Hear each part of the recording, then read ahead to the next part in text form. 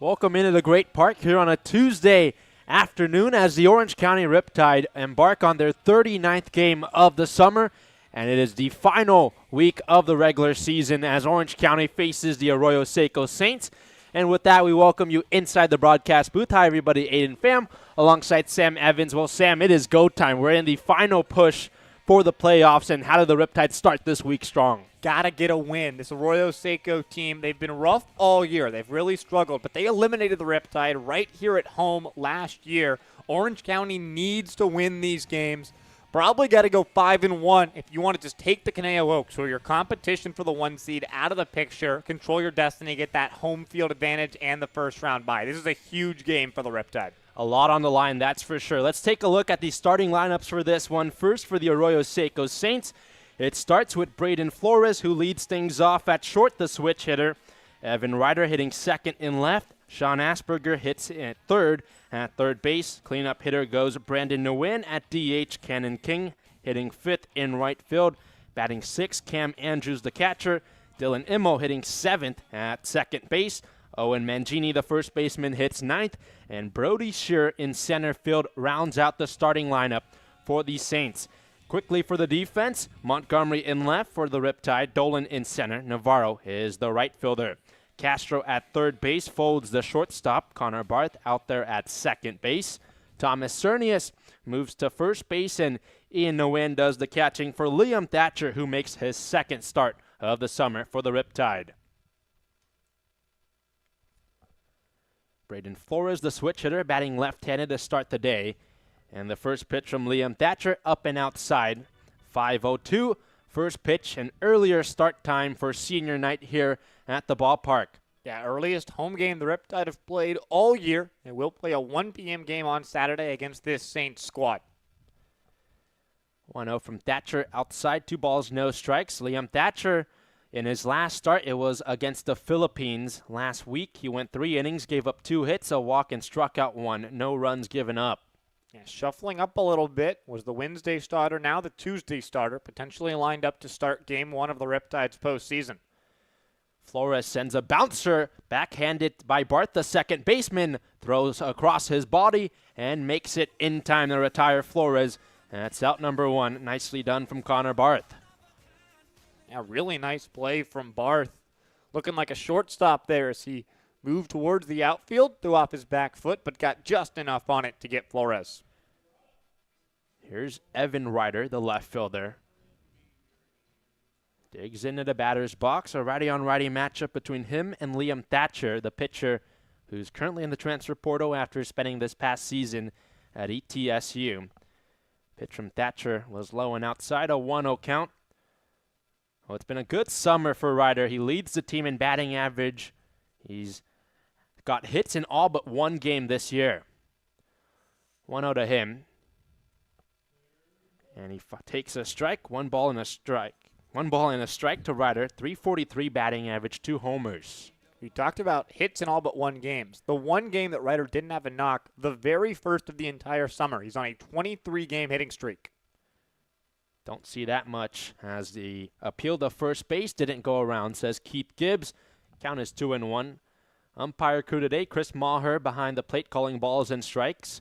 Keith Gibbs at first, and Heat Jones as the third base umpire. 1 down, the 2-1 pitch. Slapped foul on the right side. The count is 2-2. Ryder's out of Santa Ana College. He's had a lot of success against the Riptide this year, batting .357 against Orange County. Thatcher looks to retire him for the first time tonight. Saints come in at 14-17. Not mathematically eliminated from the CCL playoffs, but it's an uphill battle as the 2-2 was outside for a full count. Yeah, Saints are probably going to have to win all 5 of their final regular season games, and that may not even be enough to get them into the postseason. They're going to need quite a lot to go their way over the final week if they want to get into the dance. Be a good start to their week if they can take down the Riptide, though. Just got underway, no score. We're in the top of the first inning with 1 out and a 3-2 count against Ryder. Well, the Riptide and Saints have only played 3 games coming into this one all season long. they're going to play 3 times, today, tomorrow, and Saturday across this final week. So about to get very familiar. 3-2. Check swing, and he didn't go around. It's outside for ball number 4, and Evan Ryder's aboard first with the walk. Ryder only had 1 walk all summer coming into this game. He was a real average hitter, but not great at taking free passes. But he draws the full count walk here, and the Saints have an early base runner. Brings up Sean Asperger, the third baseman. So righty on lefty matchup, in the pitch from the righty is swung on and missed for strike number 1. Asperger out of Santa Barbara Community College. He's in the portal. He's also been a hot bat for the Saints. Hits in 13 of his last 15 games.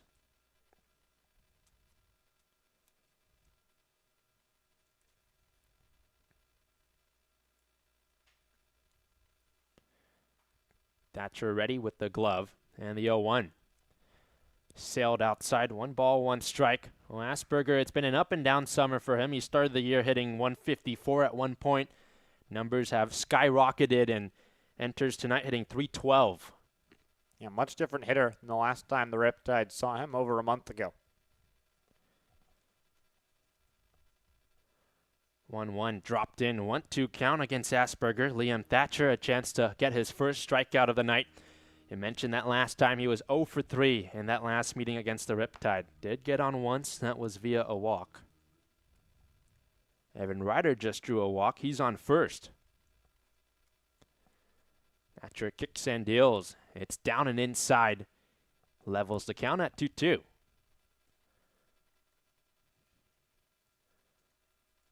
Well, Asperger here spent the fall of his freshman year at UC Santa Barbara. He then made the move to Santa Barbara Community College, where he hit .357 this past season. 2-2. Ground ball to second base. Barthaz goes to second for 1. The turn up first is not in time. So the Riptide get the out of Ryder on second base. Asperger is aboard first, and there's 2 outs here in the top of the first inning. Nice job there from Barth with the quick turn to shortstop and get the lead runner in Ryder. 2 outs, not able to get Asperger running well down the line. A lot of lefties in this Saints lineup, makes it harder to turn a double play, of course, as they're starting a step and a half closer over towards first base. Brings up Brandon Nguyen, another lefty. Swings and sends the first pitch into the net for an 0-1 count.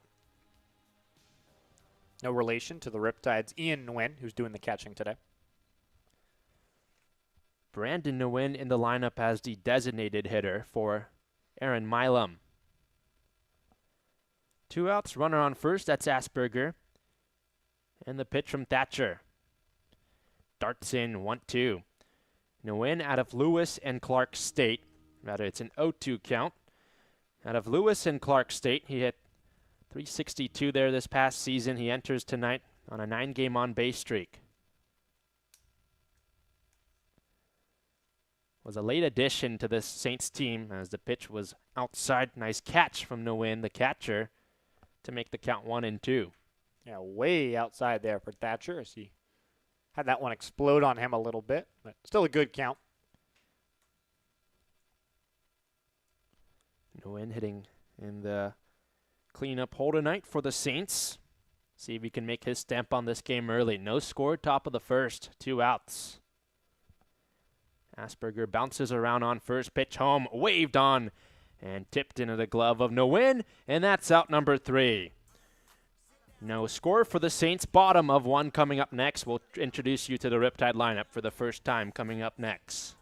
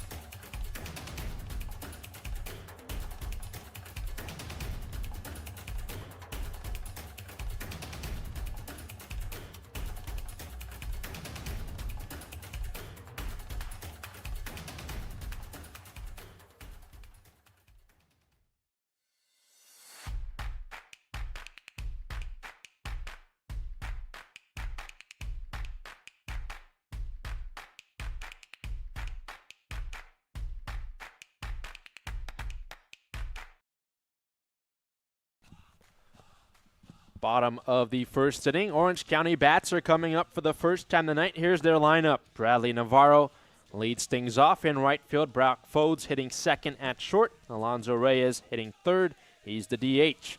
Ryan Castro, the cleanup hitter at third base. Connor Barth hitting fifth at second base. Batting sixth is Thomas Cernius, the first baseman.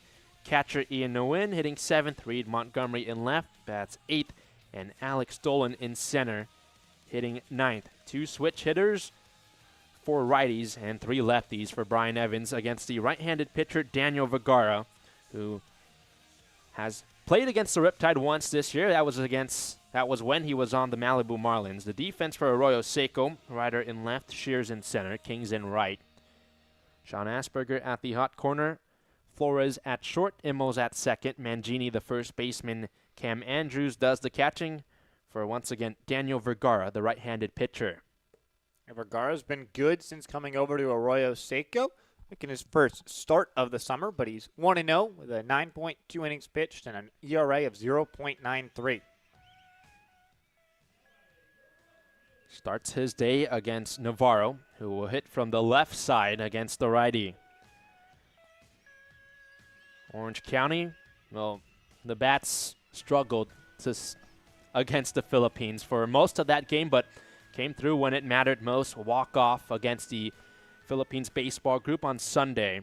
It was Thomas Cernius who delivered that walk-off RBI. See if the Riptide can get off to a better start here today, though. First pitch from Vergara. Upstairs for a 1-0 count. While the Riptide struggled, Bradley Navarro did not. Top of the lineup, he walked 3 times in the early part of the game, and then bottom of the 9th inning, he was leading it off, ripped a double into right center field, came around to score the tying run. So he was awesome. 1-0 to him. Missed outside. 2 balls, no strikes. Navarro now in officially his second week with the Riptide, and also his second summer. He's hitting .308 with 4 RBI. Leans back and forth in the batter's box. 2-0 from Vergara. He takes a strike on the outer edge.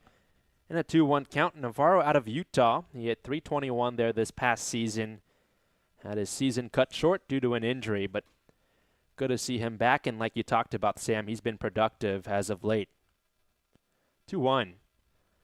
Up and outside. 3 balls and a strike against the right fielder, Navarro. Yeah, Bradley Navarro, it just feels like everywhere he goes, he hits. He's been hitting with the Riptide this summer, with Utah, with the Riptide last summer, and with Cypress before that. So he's been just raking at every level. 3-1 pitch. Drilled in the air towards right field. It's down for a base hit. A leadoff single from Bradley Navarro, and he picks up right where he left off on Sunday here in this ball game. On cue, just continues to find a way to get aboard. He's great to be at the top of the Riptide lineup. He is exactly everything that you would look for in a leadoff hitter. Brings up Brock Fodes, the righty. Fodes was 0 for 2 with a walk on Sunday. He starts at shortstop once again for the Riptide. Vergara's first pitch. In the zone for strike number 1. Well, Brock Fodes out of Mount Sac. He was also a late addition to this Riptide team, now playing in his 9th game. 2.11 average for the sophomore. Navarro takes off, pitch swung on and sent foul over the press box. 0-2 as Navarro resets. Yeah, Fodes joined at the start of the month, missed some time with his broken nose, but able to return back here for the last few weeks of the Riptide season. Yeah, Fodes was not with the team when they faced the Arroyo Seco Saints earlier this year, so his first look at this team. No outs, runner on first. Vergara's 0-2. Here it comes. Swung on and miss. Fodes goes down chasing. First strikeout of the night for Vergara, and that's out number 1. Vergara's definitely a hitter, or a pitcher, pardon me, who thrives in putting the ball in play. That's only his 3rd strikeout in 9 2/3 this summer. So Fodes is out. Here's the lefty, Alonzo Reyes. the designated hitter today for Brian Evans. Throw over to first, and Navarro slides back headfirst safely. One steal this summer for Navarro. It came on Sunday against the Philippines.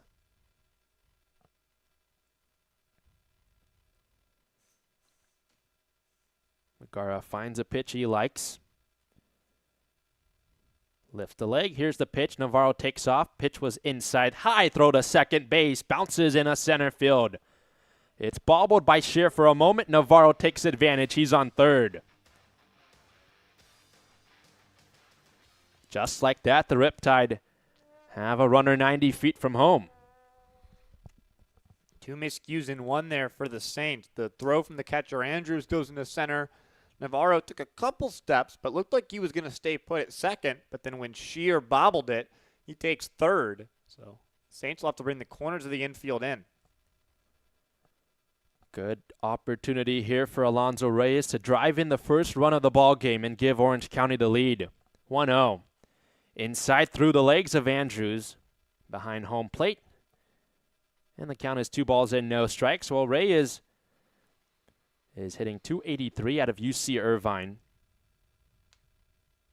on a 10-game on-base streak. Also playing in his first game against the Saints this year.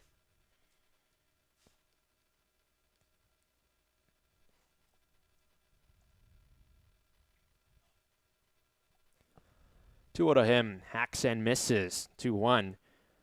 Well, Reyes did have a big triple in that game against the Philippines.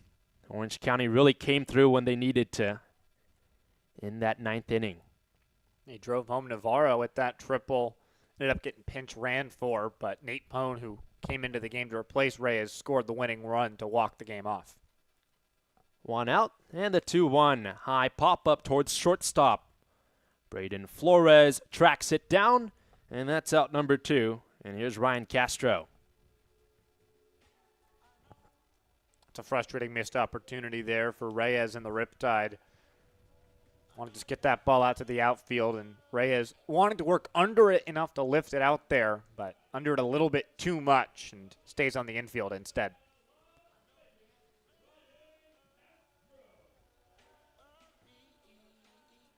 Castro going to UNLV, digs into the right-handed batter's box. Navarro's on third, no score. We're in the bottom of the first. Riptide versus Saints. Pitch from Vergara is high and a 1-0 count. Castro, the third baseman. He did play against the Philippines on Sunday when he came in and played shortstop. He was 0 for 1 in that game, and it snapped his 5-game hit streak. He's been a good bat ever since his arrival to Orange County. Hitting .273. 1-0 missed inside. 2 balls, no strikes. Castro has driven in 4 runs this year for the Riptide. Started out at the JUCO level at Mount Sac, and then now getting the opportunity to go to the Division I level. 2-0 from Vergara. Nice pitch, dropped in, 2-1. It's a fastball count, but Vergara drops the off speed into the zone. Fools Castro a little bit.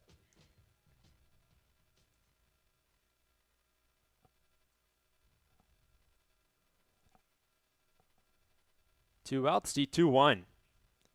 Bounced on the left side, charging is Flores. He has it, delivers to first, and that's the out.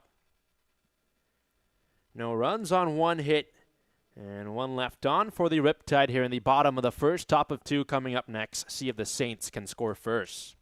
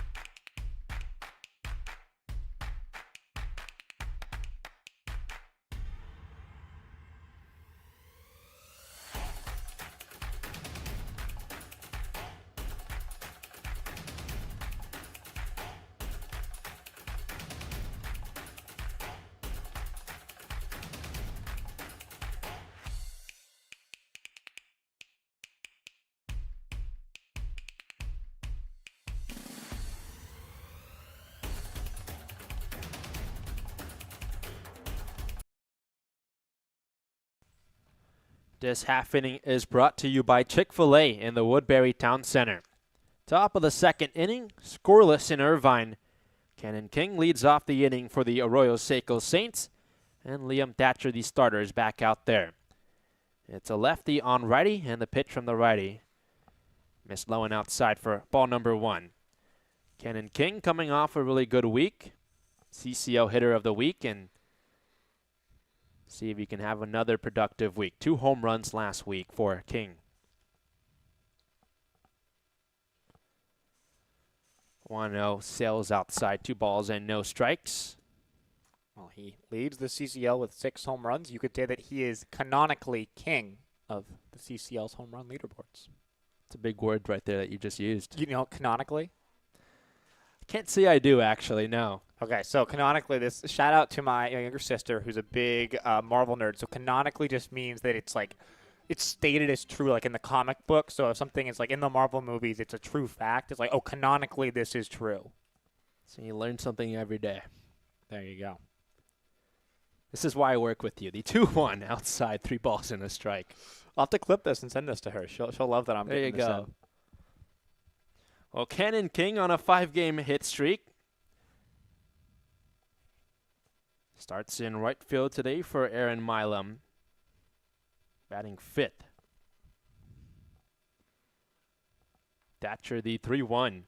Drilled in the air towards right center, dropping quickly, and it splits the gap. Rolls towards the wall. Cannon King, another really good start as he takes 3rd, and the throw won't be made. A triple to lead off the 2nd inning, and talk about a start for the King. Yeah, great park. Ball doesn't exactly fly, especially with the fences being deep, but King runs well, and with that big gap in right center field, he was thinking 3 as soon as that ball landed. And after the Riptide squandered an opportunity with a runner on 3rd, less than 2 outs, Saints will look to cash theirs in here and start the scoring. Cam Andrews, the righty, comes up. He's the catcher. He's got a runner on 3rd. That was King with no outs. In a scoreless ball game, first pitch from Thatcher. Breaking ball dropped in for strike number 1. Well, Andrews also had a good week for the Saints. He recorded 4 hits in some limited action. All 3 of them were extra base, or 3 of the 4 hits were extra base hits.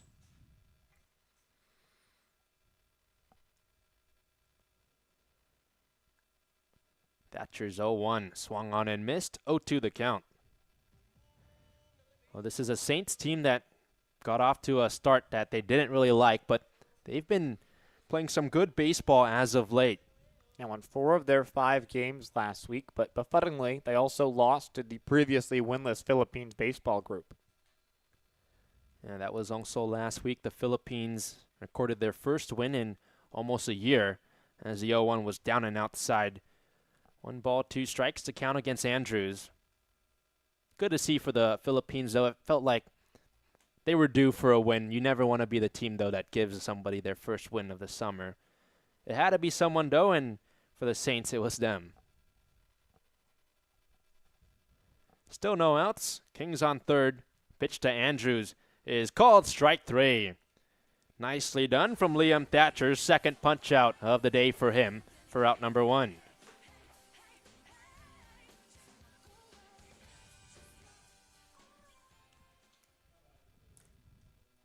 It's a big K right there. If you're Thatcher, probably going to need another one if you want to get out of this inning without allowing a run.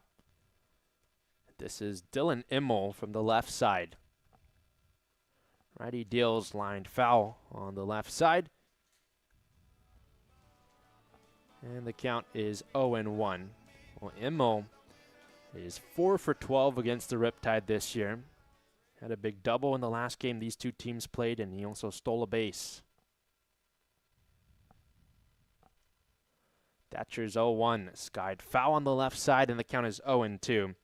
Last time these 2 teams played, it was the Saints who came out on top, 8-3.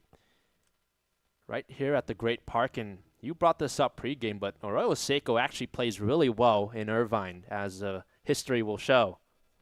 Yeah, they've won 4 in a row here. Swung on and missed. Nguyen has it, throws to first base to secure the out. 2 down.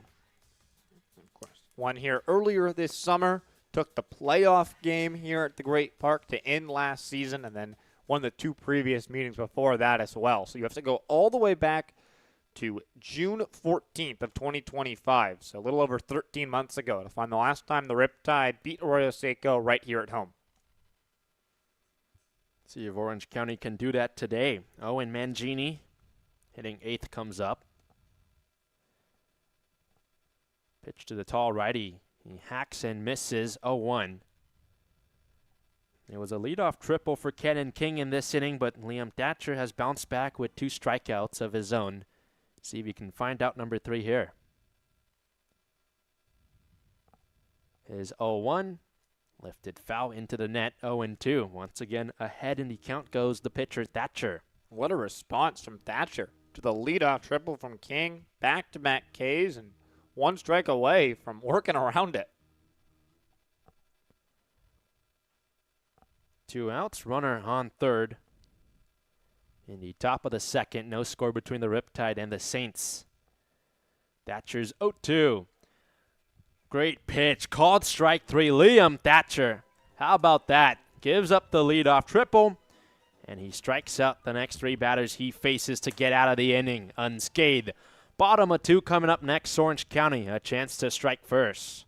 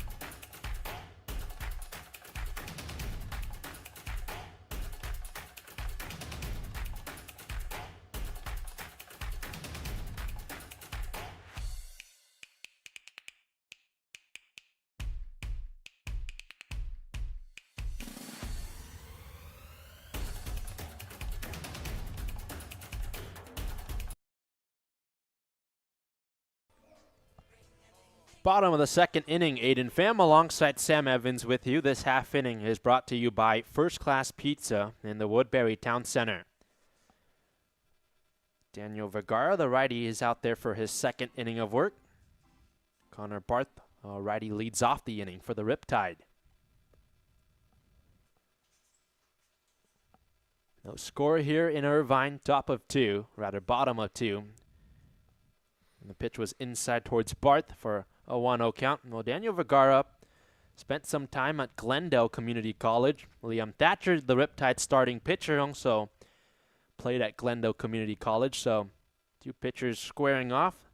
They were both former teammates as the 1-0 missed tie for ball 2. You know, Vergara is an interesting story. As he talked about playing at Glendale, his last year of collegiate baseball, as far as we're available to find online, was at Glendale back in 2024. Still playing summer ball here, but as a student, he's at UC San Diego, not pitching for the team, though. It's 3 straight balls from Vergara to start this inning and a 3-0 count against Connor Barth. You mentioned it in the open, though. It's been a good summer for him in his short time with Arroyo Seco. Tough challenge here today, though, against a really good Riptide lineup statistically. As a 3-0 in the zone for a 3-1 count.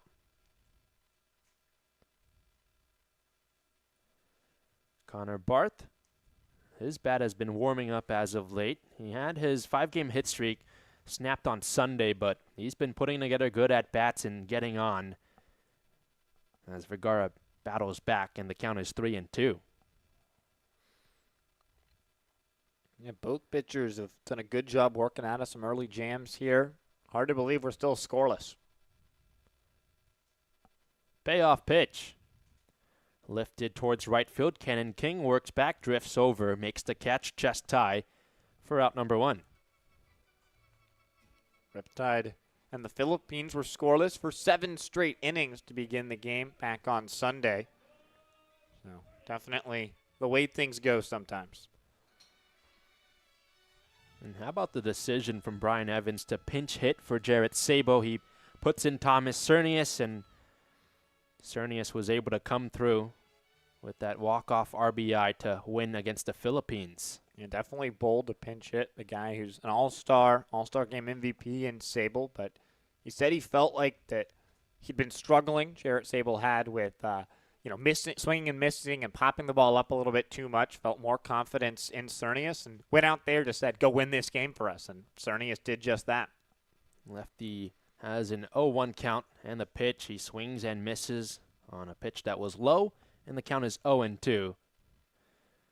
That's a big walk-off window for the Riptide, because a loss on Sunday would have been tough to secure that number 1 seed, and especially after the Saints team did the Riptide a favor by beating the Oaks. That would have been a missed opportunity, but Orange County was able to come out on top as the 0-2 bounced in for a 1-2 count. Yeah, it was huge for the Riptide to get that win. Puts them, as things stand right now, narrowly in control of the number 1 overall seed. But over in Ventura, the Oaks lead 7-0 against San Diego. Looks like Canelo's going to pick up a win. The Riptide need to hold serve. It'll be the Oaks and the Riptide head-to-head all week long, battling for the number 1 seed as Cernius fouls a pitch off his ankle. Redo 1-2. Yeah, last game for the Riptide against the Oaks was a couple weeks back, and they won't play again at, the postseason potentially, so they're sort of sniping at each other from across the state, but definitely aware of the situation. Heard Riptide players in the outfield talking about what they needed to do pregame today. Everybody knows what's on the line this week. 1-2. Missed outside, evens the count at 2-2. Well, this is the final week of the regular season. You want to give it your all. You don't want to wish that you could have done a little bit more and have to end up ending your summer a little early. Orange County would love the chance to get the number 1 seed, host a championship game as the 2-2 was inside 3-2 count.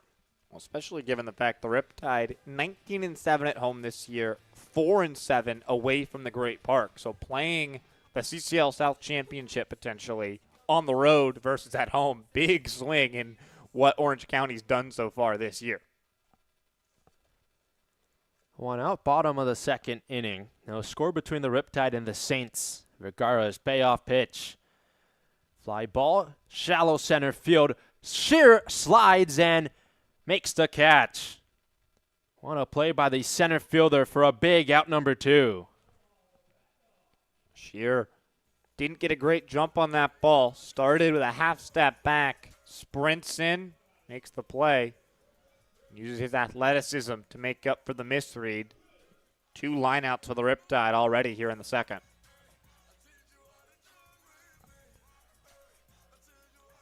Brings up Ian Nguyen, the catcher.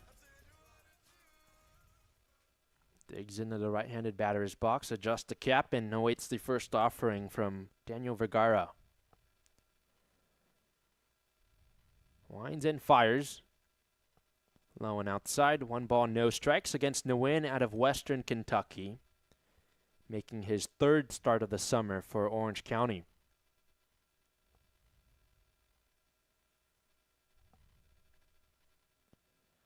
One 0.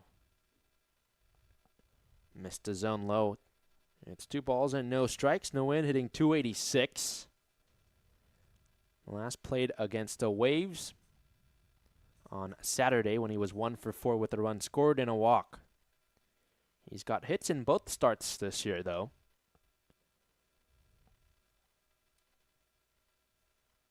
Here's Vergara's 2-0. Slashed foul on the right side. 2-1 count. 2-1 count with 2 outs. Chance for a 1-2-3 inning for Vergara. He's been able to limit opposing batters to a 176 average this year. He's done a nice job against the Riptide so far today. Here's 2-1. High pop-up. It's a fly ball to right field. King towards the line. He makes the catch. Daniel Vergara sends Orange County down in order. Top of the third coming up next. Still scoreless at the Great Park.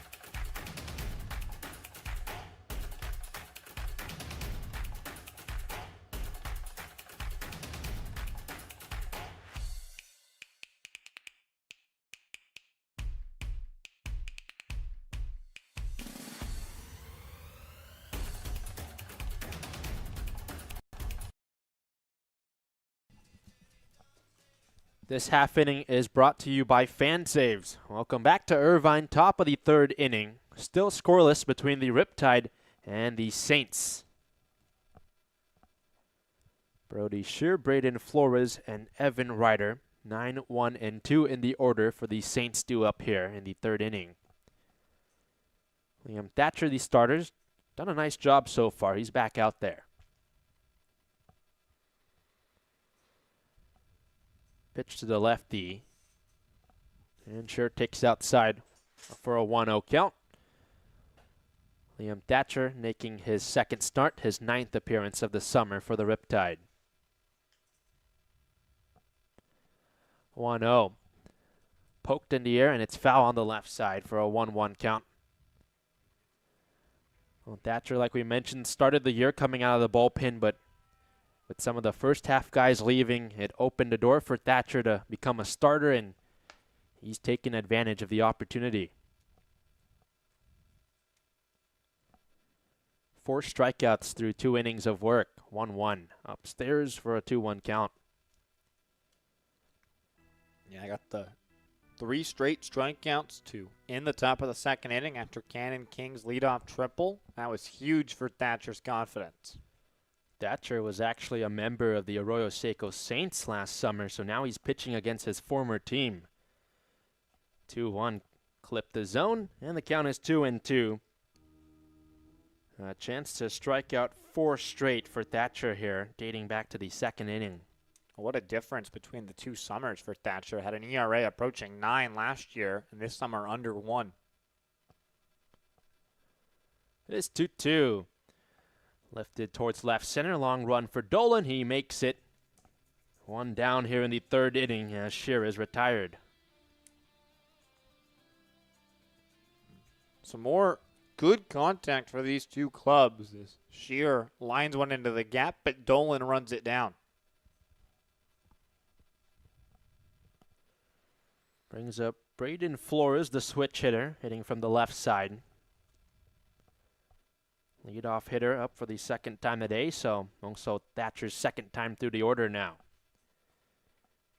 Dots the inside edge, 0-1 against Flores. Tied for the team lead in hits with 35. He also leads the team in RBI. 0-1 to him. Low and outside. 1 ball, 1 strike. Flores out of Phoenix College, but he's committed to LMU. Hitting .304 coming into today.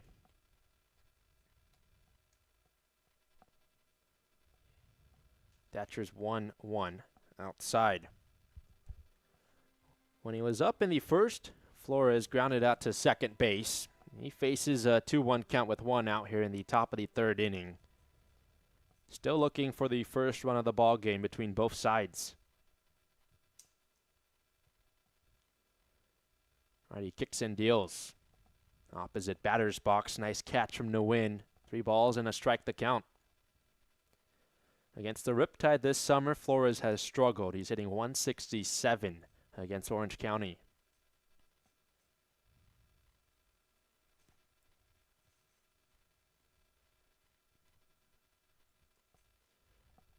And the 3-1 missed low. That's ball number 4, and Braden Flores heads to first with the walk. Second walk issued by Thatcher so far this evening.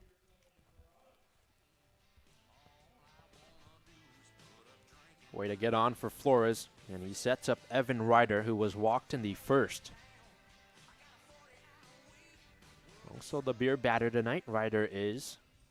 So a chance for some discounted beer at the ballpark.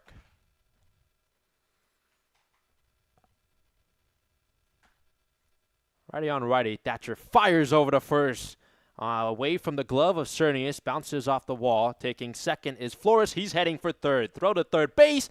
Caught by Castro. The tag wasn't on Flores, and he's in a third. Big miscue for Orange County. Yeah, double trouble there. Thatcher's wild throw gets away. And then Cernius, if the throw had been on line, they would have had Flores by a mile. But instead, Castro had to move over. He gets his hand in there safely.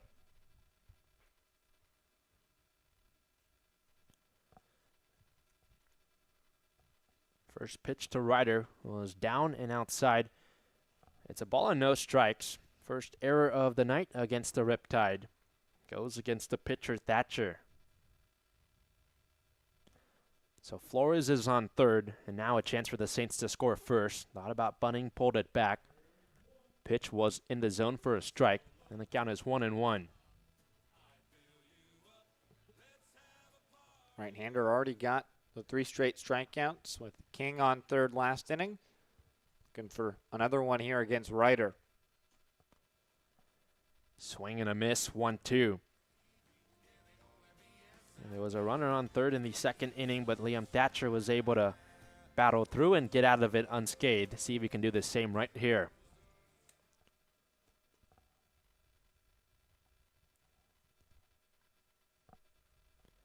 1-2, swung on and miss from Ryder. That's a big strikeout for Liam Thatcher. There's 2 outs on the board here in the 3rd inning. Missing bats. It's exactly what you need to do if you're Thatcher. It's already 5 Ks. You're just doing 2/3. That ties a season high for Liam Thatcher here. 5 strikeouts. He recorded those 5 strikeouts back on June 28th against the Philippines. First pitch swing for Asperger. Fly ball towards shallow left field. Reed Montgomery races in, makes the catch. Runner is left stranded on third for the 2nd inning in a row for the Saints. Nice job from Liam Thatcher to work around that error. And we're headed towards the bottom of the 3rd. No score between the Riptide and the Saints.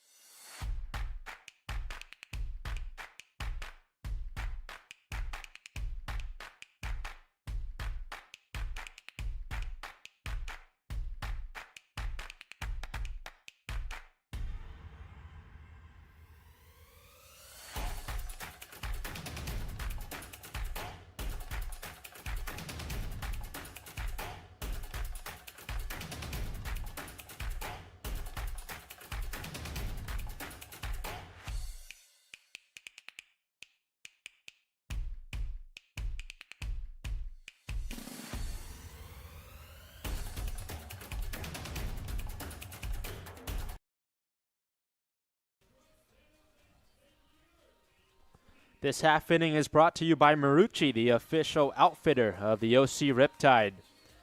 Scoreless ball game here at the Great Park. Reed Montgomery leads off the inning for the Riptide. Lefty on righty, Daniel Vergara, the right-handed pitcher, back out there. Here's his first pitch to Montgomery.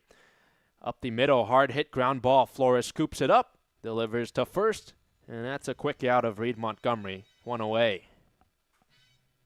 Hot shot, but well handled by Flores. A quick out for Vergara.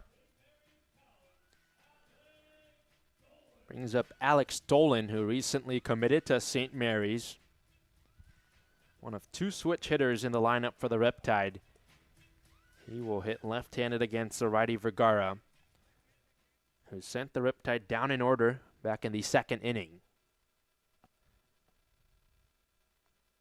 First pitch to Dolan. In the zone for strike number one, Dolan hitting .271. He recently missed about a month after an injury. It was a nail avulsion. But he's been good ever since he's been back. Tried a bunt, pulled it back in the pitch. Missed the zone, a 1-1 count. He's got hits in 3 of his last 4. We've been seeing a lot of that, the bunt from Alex Dolan, since he's returned. Came in late to play against the Philippines on Sunday. He was 0 for 2 with 2 strikeouts. See if we can get off to a good start here today against the Saints. 1-1. Lifted towards shortstop on a hop. Flores makes the catch. That's out number 2. 2 nice plays already this inning for Braden Flores at shortstop. Handled the hard hit grounder from Montgomery, and then gets the soft liner from Dolan that he has to take a couple steps back to make the play on. Bradley Navarro has the only hit of this ball game for Orange County, and he is back up. A nice response from Vergara, 8 straight set down. It was a single by Navarro in the first. He stole a base and advanced to third on an error by the center fielder Shear, but Riptide were unable to cash him in. 2 outs, pitch from Vergara, missed outside. Switch hitter Navarro hitting left-handed. Count is 1-0.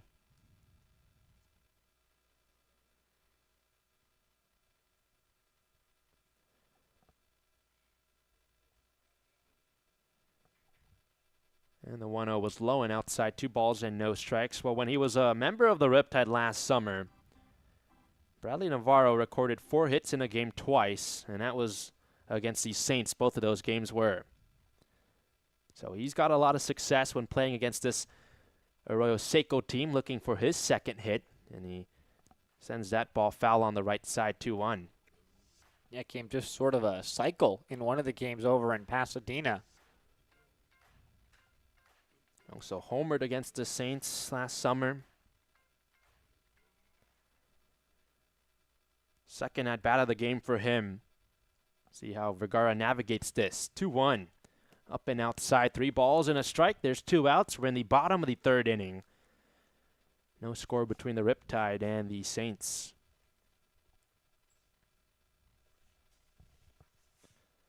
Navarro leans back and forth. 3-1. Half swing, hits a strike regardless, 3-2. This is what Navarro does. He gets into deep counts, works up a pitcher's pitch count, sees a lot of offerings, and just fights and battles, and then as soon as the pitcher makes a mistake, he capitalizes. Payoff pitch. Fly ball towards center field. Shear works over, makes the catch. Back-to-back 1-2-3 innings for Daniel Vergara. We're going to the 4th. Still no score between the Riptide and the Saints.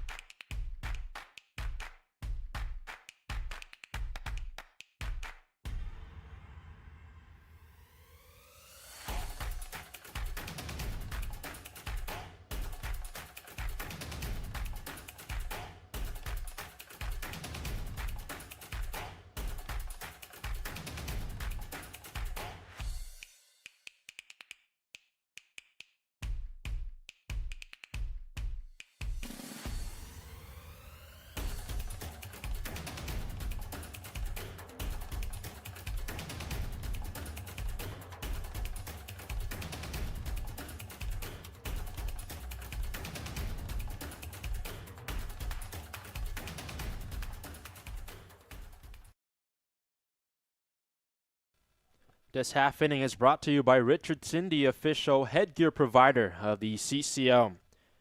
We're in the top of the 4th inning. Liam Thatcher, the starter, enters his 4th inning of work, and Brandon Nguyen, the lefty, comes up.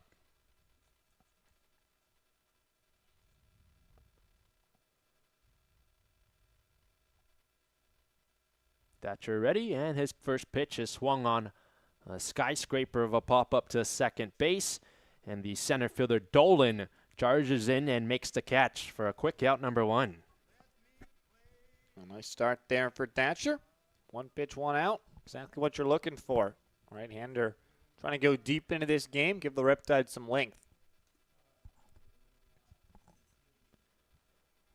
Here's Cannon King. He had a triple to lead off the 2nd inning, and he was left stranded. Saints have actually left a runner stranded on 3rd in back-to-back innings.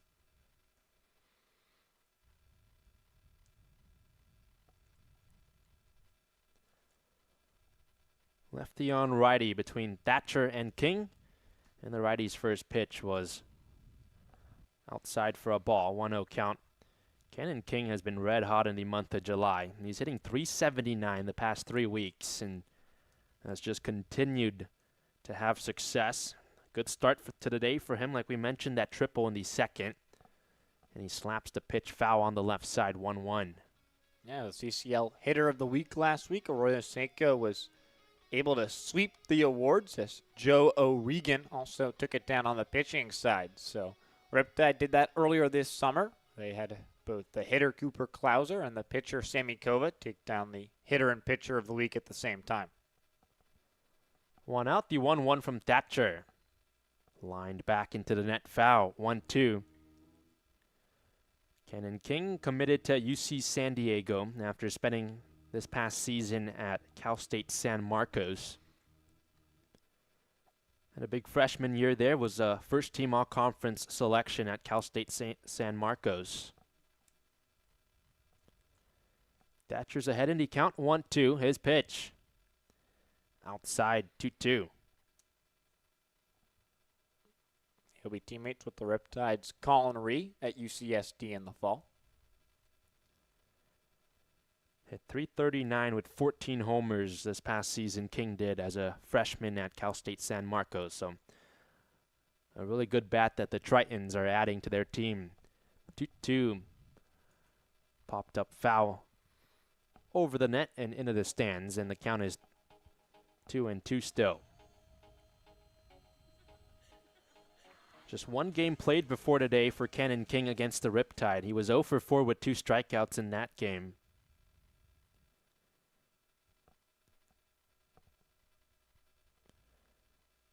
Thatcher steps off.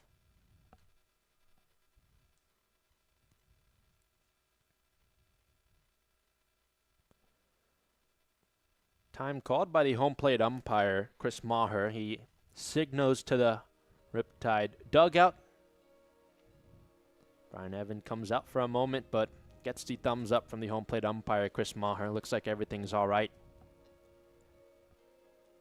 Chris and Brian Evans have a pretty good relationship, seeing them exchange some laughs and jokes in the locker room and in the back of the great park before games this season. So probably friendly stuff between the two of them.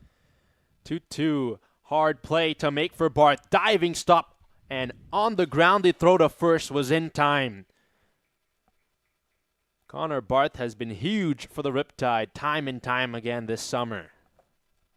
Laying out and taking a base hit away from King. Nice play from Connor Barth. 2 outs here in the top of the 4th. This is the righty Cam Andrews.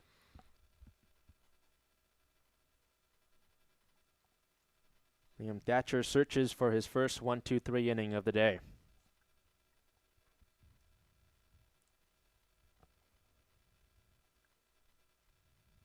Black gloves in the hands of Liam Thatcher. Delivers the first pitch and it's fouled off. 0-1. Cam Andrews out of Cal Baptist.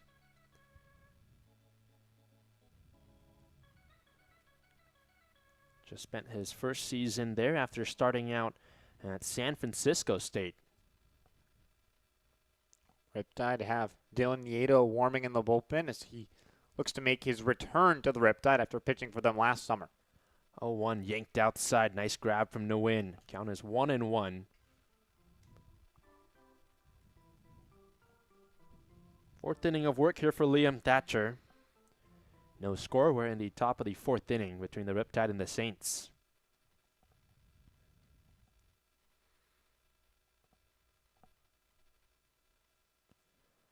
Here's the 1-1. Sent towards the on-deck circle, and the count is 1-2. Well, Cam Andrews, in his second summer playing in the CCL, he was a member of the San Luis Obispo Blues last summer. Now playing in the CCL South with the Saints. Just one hit so far today for the Saints. That was the triple by Cannon King. 2 outs, a ball and 2 strikes to count, nobody on. Here's Thatcher's pitch. Fouled off. Redo 1-2. Like a golfer there to go down and just hack that one, but Andrews does stay alive. Have you been getting better at golf this summer? I know you've been going out to the range and the golf course in the mornings. I would not say that better is the word that I would use to describe my Sam, golf come game on. lately.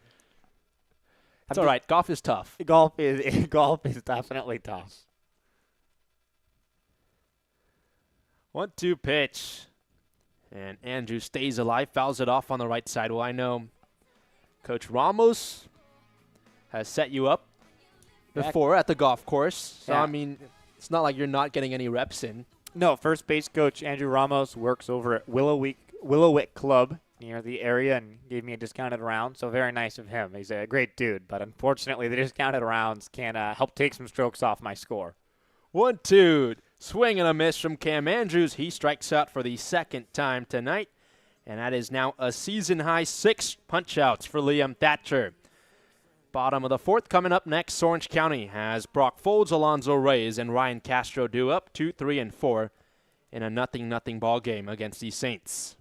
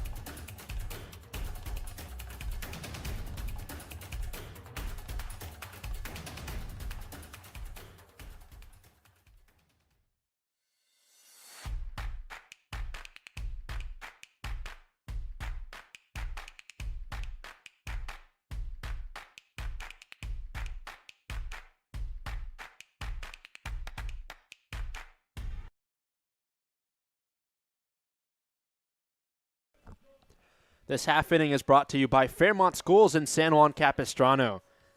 Bottom of the fourth inning, alongside Sam Evans, I'm Aiden Pham. Brock Folds leads off the inning for the Riptide. Here's Daniel Vergara. First start of the summer for Vergara.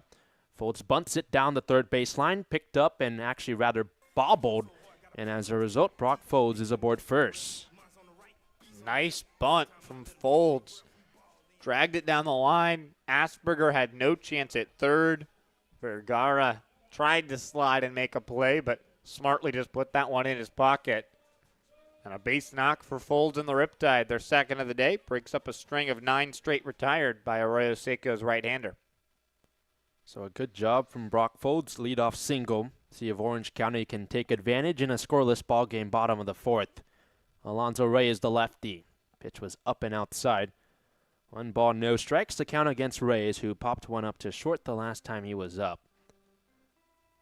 Folds on first is 9 for 11 on stolen bases with the Riptide, but he was caught on each of his last 2 attempts.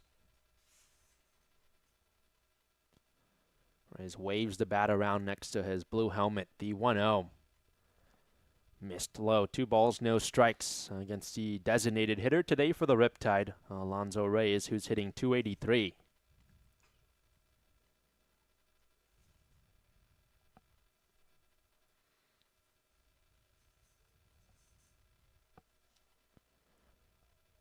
No outs, see 2-0. Outside once again, 3 balls, no strikes. Bunt, maybe messing with Vergara a little bit, gets him out of rhythm. First time working out of the stretch in quite a while since the first inning when Navarro was aboard. So uncomfortable stuff for the right-hander. 3-0. He finds a strike. It's a 3-1 count. Ray is on a 10-game on-base streak. Hits in 9 of his last 10. He's got Folds on first. Riptide want to score first against Arroyo Seco here on a Tuesday night. 3-1 is up and fouled off on the left side. Count is 3-2. Are you a big fan of the earlier start time? How do you feel about this 5 o'clock start today? The Riptide win, I love it. If not, not a fan. That's fair. How about you? What do you think about it? 3-2 from Vergara. Outside ball. 4 runners on first and second for the Riptide after the walk to Reyes.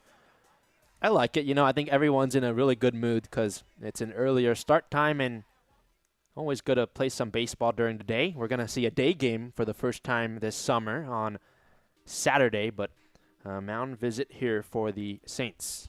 That I am psyched for. I love day baseball.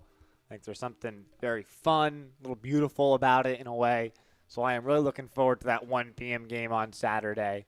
Then get to do the exact same thing up in slow 2 p.m. start in San Luis Obispo. So back-to-back day games. It's going to be a ton of fun. Only downside, though, is it's a little warm outside. But we're in here. It's That's air true. Conditioned. It's comfy. It's a little too air-conditioned for me, not going to lie.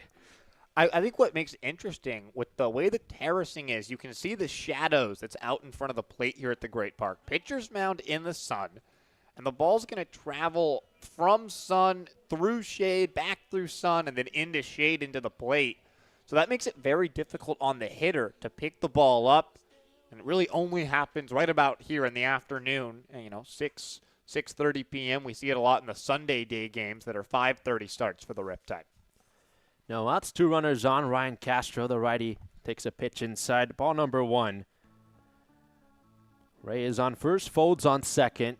No outs. We're in the bottom of the fourth in a scoreless ball game. See if Ryan Castro can cash in the first runs of the night for Orange County. Vergara peeks at second. Both runners take off. Pitch home was high. Rather called a strike. Throw down a second.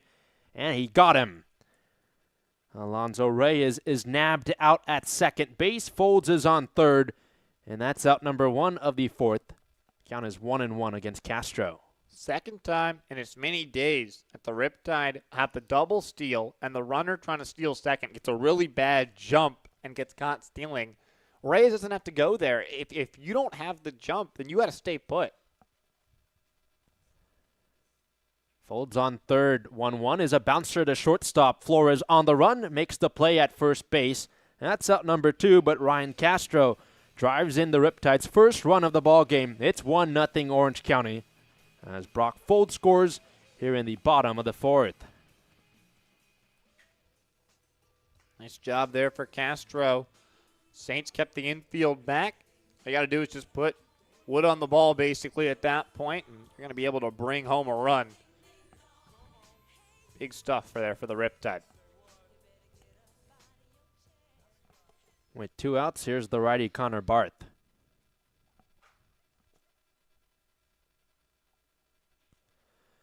Slaps the first pitch out towards right center. It bounces in the gap. Connor Barth rounds first. He's going to second. Throw to second base. Sliding in head first. And he's out. Nice throw from the outfield for the Saints. Connor Barth is out at second base. That's the final out of this 4th inning. But Orange County scores 1 run. That was Brock Folds who came around to score. It's 1-0 Riptide as we head to the top of the 5th.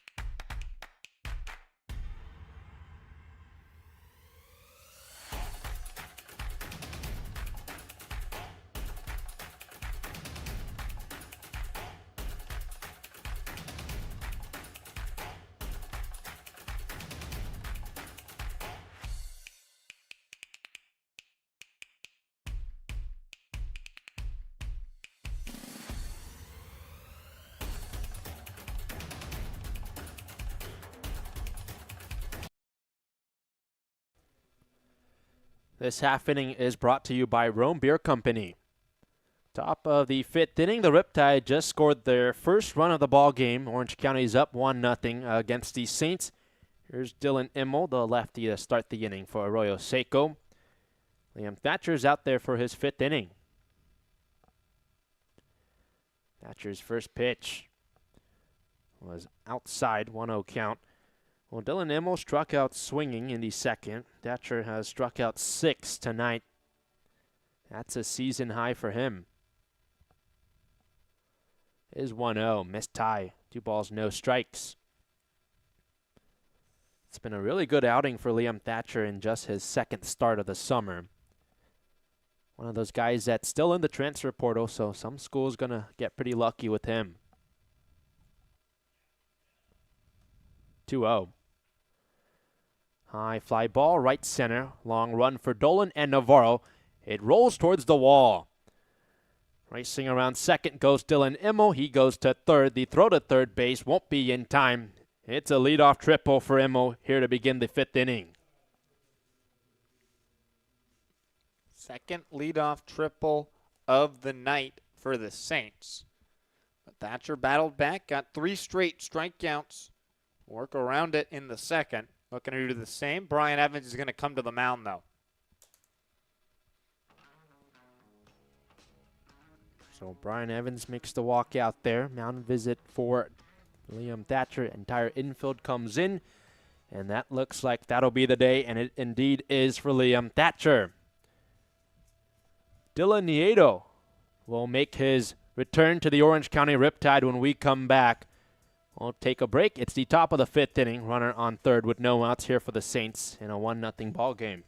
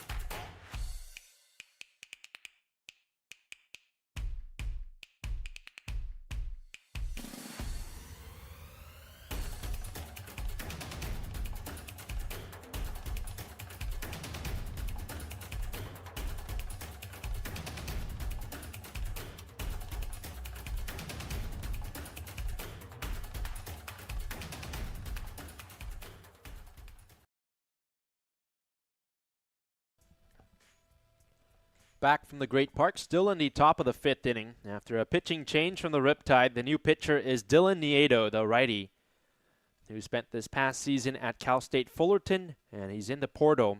He makes his return to the Orange County Riptide after playing for Orange County last summer. First batter he faces is the righty, Mangini. Pitch from Nieto fouled off on the right side. Well, Dylan Nieto started the summer off playing in the Alaska League. He's now back home and playing for the Riptide. A 2.16 ERA and 8 1/3 innings pitched last summer for Nieto with the Riptide. Runner on third, that's Immo after his leadoff triple.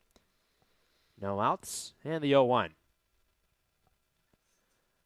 Fouled off on the right side, 0-2. Riptide have brought the corners of the infield at least further in than they would normally be in an attempt to deter Emmel from coming home, but content to leave the middle infielders, Folds and Barth, at their normal depth. 1-0 lead for the Riptide against the Saints. A chance to tie it up here for Arroyo Seco. Nieto to 0-2. Bounce foul along the first base line. Count remains 0-2. Close shave for Nieto and the Riptide there. Could have been trouble down the line. Mangini struck out looking back in the 2nd inning. That was against the starter Liam Thatcher, who pitched 4 so far scoreless innings. He's responsible for the runner on third base. 6 strikeouts for Thatcher, 2 walks. 1-2 bounced in the dirt. Count is 1-2. Got some pitches to waste here from Nieto. If you're Nieto, you got first base open as well. So options if you're the right-hander from Cal State Fullerton. Time called as the home plate umpire Chris Mulhern brushes off home plate. Mangini steps out, retightens those white batting gloves, kicks the bat, and he steps back in. 1 ball, 2 strikes to count, no outs. Immo's on third for the batter, Owen Mangini. 224 batting average, 2 home runs. He's driven in 8 runs this summer. 1-2 from Nieto. Blooped. Foul. Over the fence on the right side. Count remains 1-2. Well, Dylan Nieto started out at Saddleback College. He then transferred to Cal State Fullerton, where he spent this past season, and now looking for his next school. He hadn't pitched until he got to the collegiate level. He became a pitcher at Saddleback College. He was mostly an infielder throughout his high school days. His 1-2. Up and inside, 2-2 count. Yeah, we got to see Nieto hit for the Riptide during their season finale last year. Orange County was down on infielders, and he took over, but for the most part was a pitcher for Orange County. He hit .333 with the Riptide last summer, a 1-for-3 day with a double. His 2-2 missed low. Count is full against Mangini. That's not bad. Not bad. I was talking to Nieto in the outfield about his game as a hitter and a shortstop. He said, I hit .333 with the Riptide last summer. There you go. He is not wrong. 3-2 from Nieto. Smack towards deep left field. Montgomery races over, and it is off the wall. Or rather, it's over the wall. That's a home run. It's a 2-run shot for Owen Mangini, and just like that, the Saints have answered. They're in front 2-1. Well, that is not what Dylan Nieto was hoping his return to the Riptide would begin with. Big swing for Mangini. Flips the script in this game.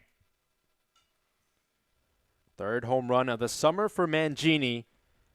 And the Saints jump in front 2-1 against the Riptide here in the top of the 5th inning.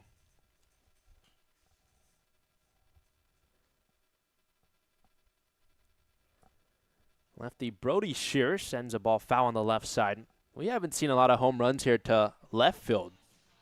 That's the first one I can think of all year long. pulled it down the line. Nice swing from Mangini. Brody Shear steps up. He flew out to center in the third. Pitch from Nieto missed the zone. 1 ball, 1 strike.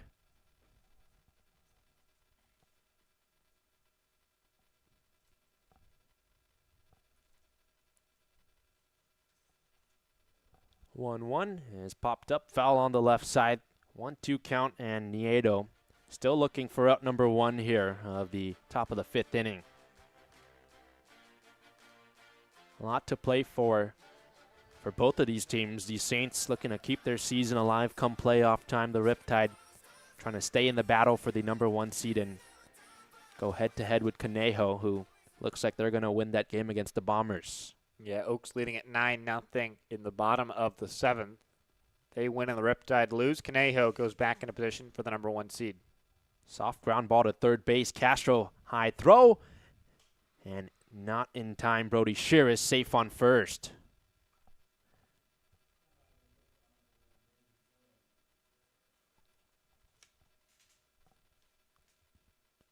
Tough one there. Riptide just looking to get something to go their way here in the 5th inning.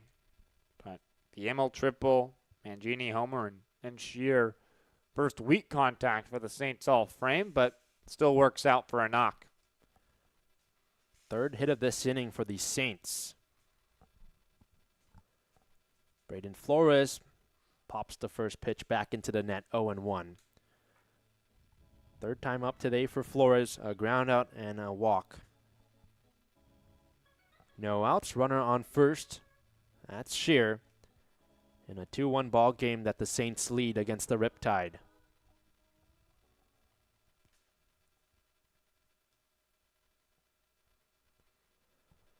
0-1.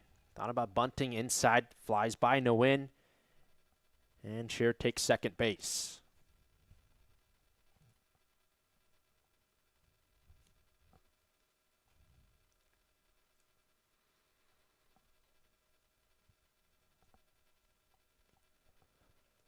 So a tough first inning of work and his first outing with the Riptide this summer for Dylan Nieto. Runner in scoring position in Shear for Flores. Lifts the leg and fires the pitch home. It's popped to the left side of the mound. Nieto picks it up. No one's covering first base. It goes to the fence, and an easy run scored for the Saints as Brody Shear can walk home. In at third base goes Flores, and what a disaster. Or rather, they're going to send Flores back to second, it looks like, but just a disaster for the Riptide there. Yeah, this is unacceptable stuff here. This is the kind of thing that happens early in the season, not when you're pushing for the number 1 seed. It just feels like the Riptide are really just struggling to do the little things right here in this inning and spiraling away from them right now. So Shear scores. It's 3-1, the lead for the Saints. You got Flores on second base. This is the righty, Evan Ryder. Riptide still looking for out number 1 of this inning.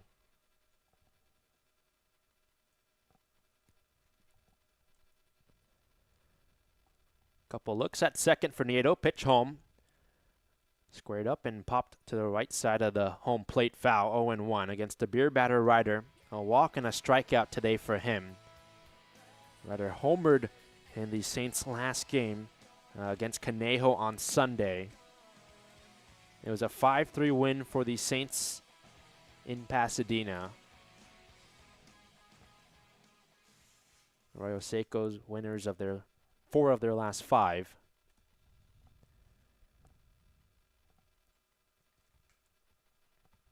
Pitch to Ryder.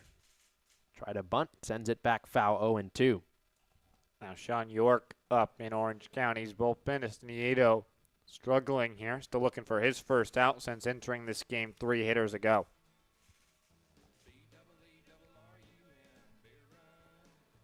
No outs, no balls, 2 strikes to count against Ryder.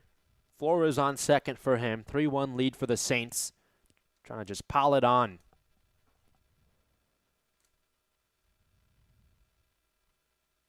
bouncing around on second. Flores, here's the pitch home. It's chopped foul, wide of third base, and the count remains 0-2.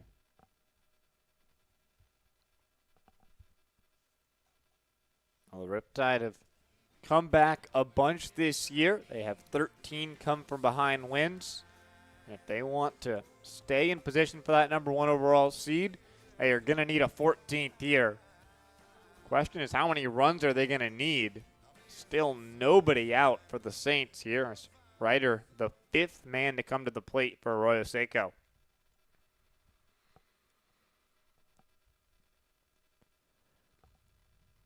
Oh, 2. Fouled off on the right side. Way to stay alive for Ryder.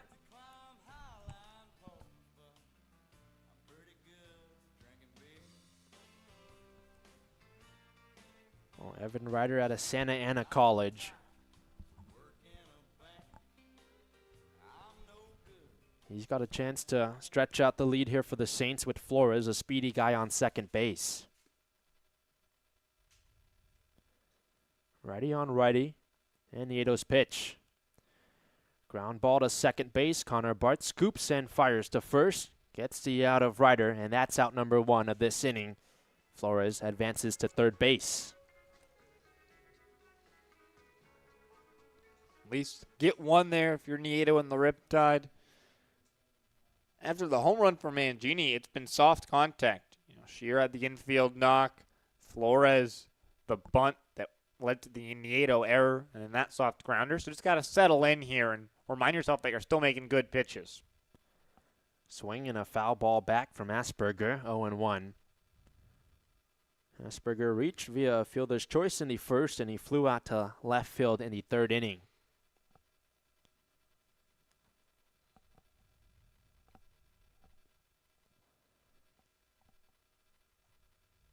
Pitch. Foul ball on the left side, drops past the Riptide bullpen where Sean York is getting warm. And Nieto's ahead in the count 0-2, looking for his first strikeout this summer with the Riptide. 1 away, 0-2 count. Flores on third base.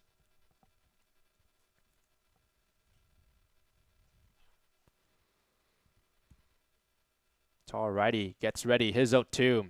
Missed inside. A ball and 2 strikes.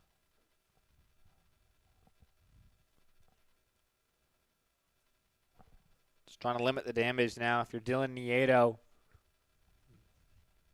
give the Riptide bats only a 2-run deficit to chase.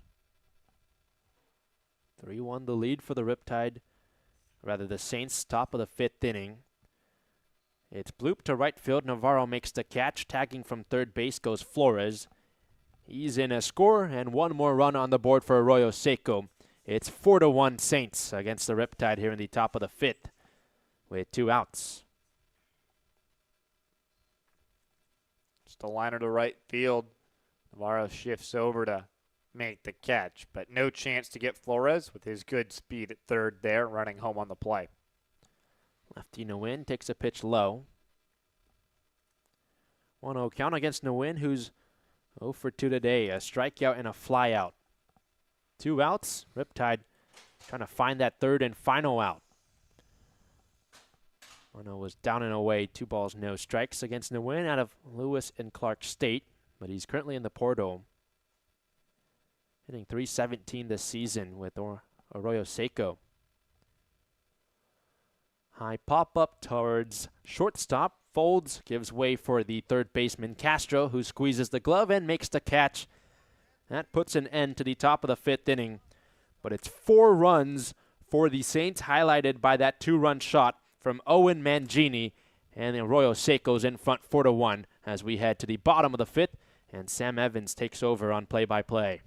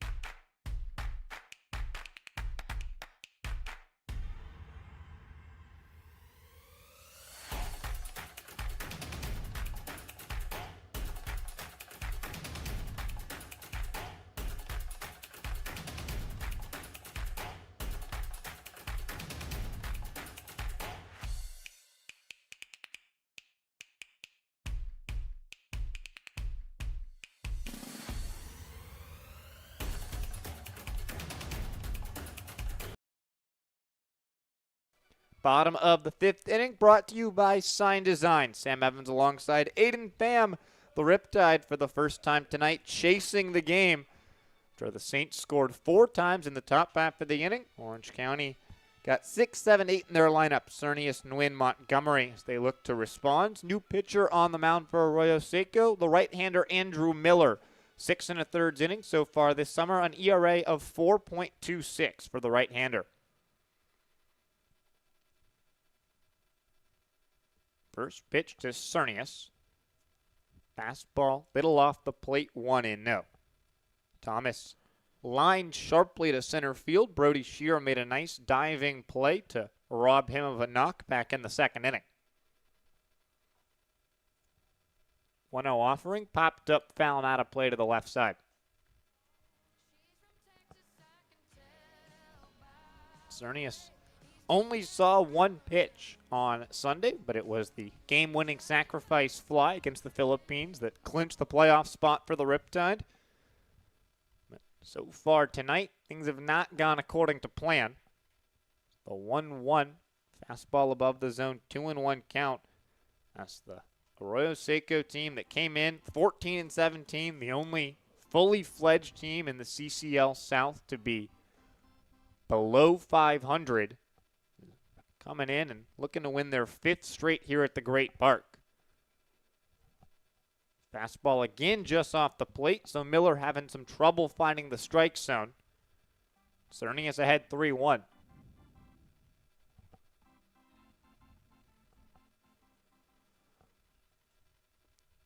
Good count for Cernius as the Riptide look to get some back. It's rolled on the ground towards first. Mangini had a tough time with it, but he's able to handle it on the short hop.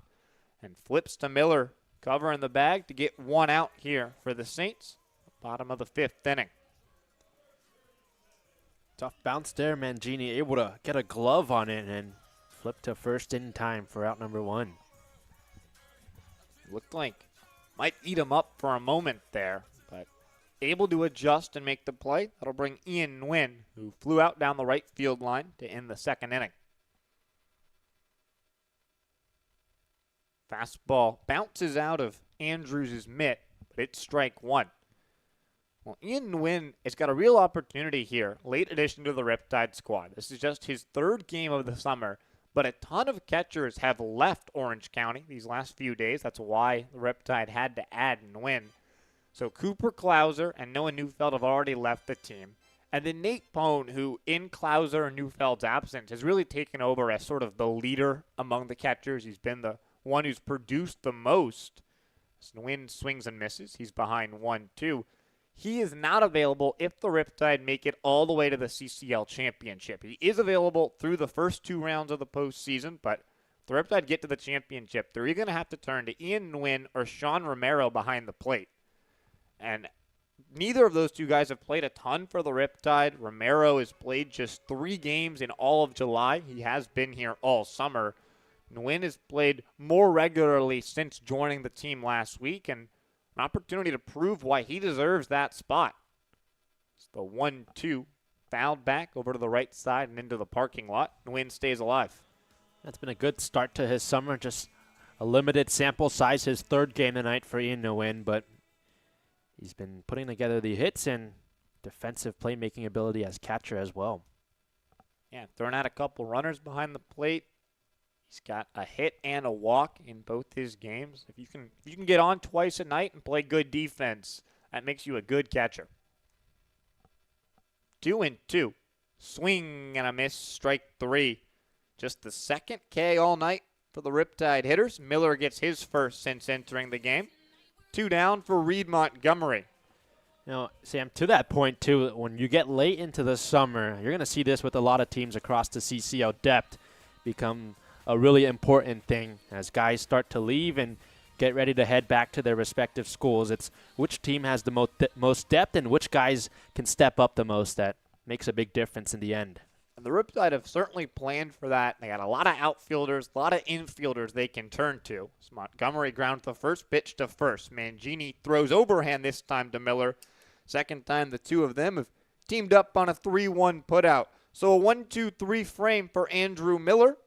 And the Saints still lead this game 4-1 as we head to the 6th.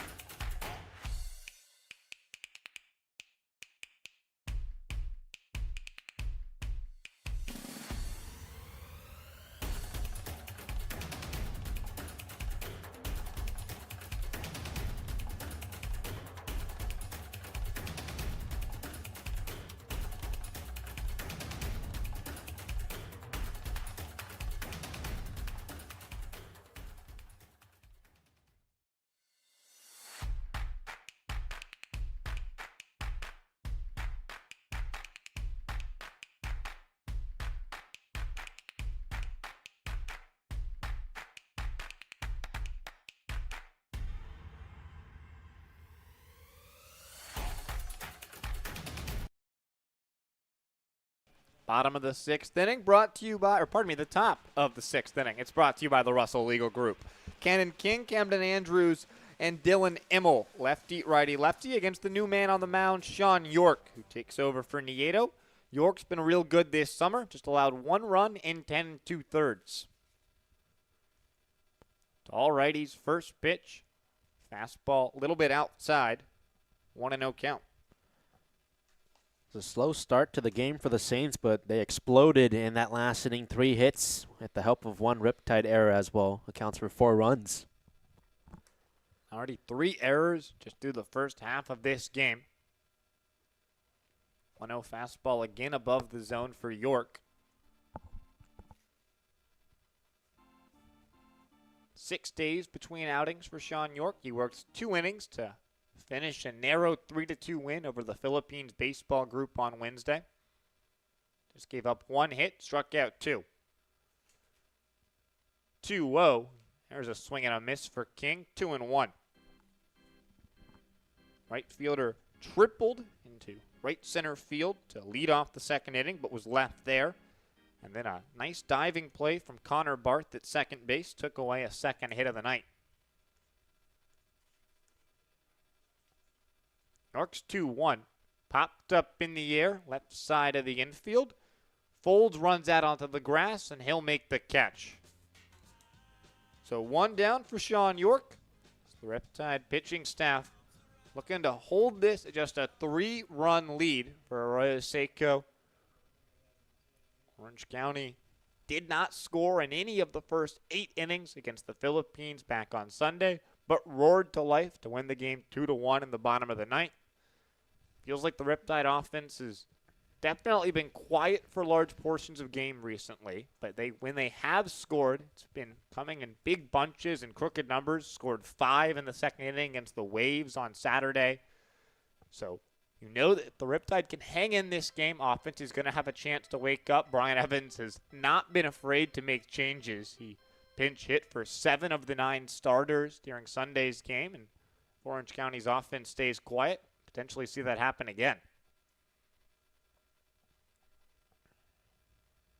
York's 1-0, little above the zone. 2-0 count.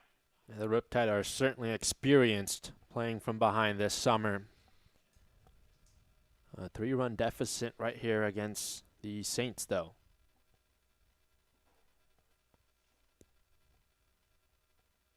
Come back from a deficit of 3 or more 3 times. This one's popped up in the air. Shallow right field. Navarro moves over towards the line. Fighting with the sun, but he'll make the catch in fair territory for out number 2. 5-run comeback win against the San Diego Waves.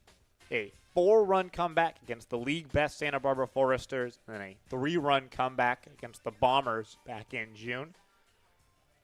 Looking to do the same here tonight. 2 quick outs for York. That's a good start. Now Dylan Emmel, who tripled to begin the 5th a frame ago, came around to score on the Mangini homer. Fastball up and away for ball 1. Emmel was most recently at Wagner, but he's headed to Southern Illinois University for his fall baseball. Fastball runs away from York. He's behind 2-0. And talk about those comebacks. Really credit the pitching staff for the Riptide keeping them in those ball games. That was the case on Sunday as well. See if Sean York here can buckle up and limit the damage for the Saints. Keep the lead at just 3 runs. 2-0 fastball down Broadway for strike 1. Just so critical. Orange County's pitching's been real good. They only allowed the 1 run back on Sunday, just 3 against the Waves on Saturday. So the most runs they've allowed in a game since Friday. So York misses down and in. First time he's really fallen behind a hitter. So the dangerous Emmel's ahead 3-1.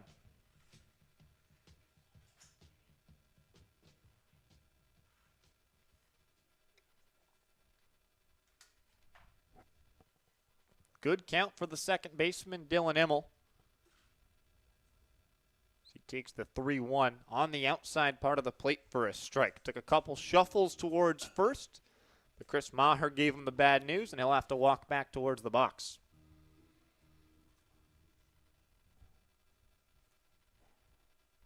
York looking for his first 1-2-3 inning and the Riptide's first of the night. This one's bounced up the middle. Going to be a really tough play for Folds. It'll bounce off him and into the outfield. Be a single for Emmel. The shortstop Folds with a valiant effort, but couldn't make the play. And Owen Mangini, whose 2-run home run gave the Saints a 2-1 lead. It's ballooned into a 4-1 Saints lead. Comes to the plate. Yeah, just a couple high bounces up the middle there for Emmel, and it was going to be tough for Folds to make, and that bounce was too high to glove it for Folds, and as a result, it's a single for Emmel. Pitch misses below the zone, 1-0 count. Sort of in between an infield single or not there, as that one was picked up by Folds, the infielder, but it did make its way out onto the outfield grass. 1-0 count. Mangini carves one foul and over towards where the Arroyo Seco interns are housed here. Bring a big crew from Pasadena. One of the closer road opponents here in the CCL for the Riptide. Just about an hour. And Orange County will make that trip right back tomorrow. So the Riptide play their final of 3 games at Jackie Robinson Field. 1-1. Emmel really shuffling around on first. Doesn't matter as Mangini swings and misses. York just 1 strike away from getting out of the inning. Well, Aiden, you and Avi Singh will be taking advantage on Riptide Radio over in Pasadena tomorrow. It's the only place you can listen to the Riptide game.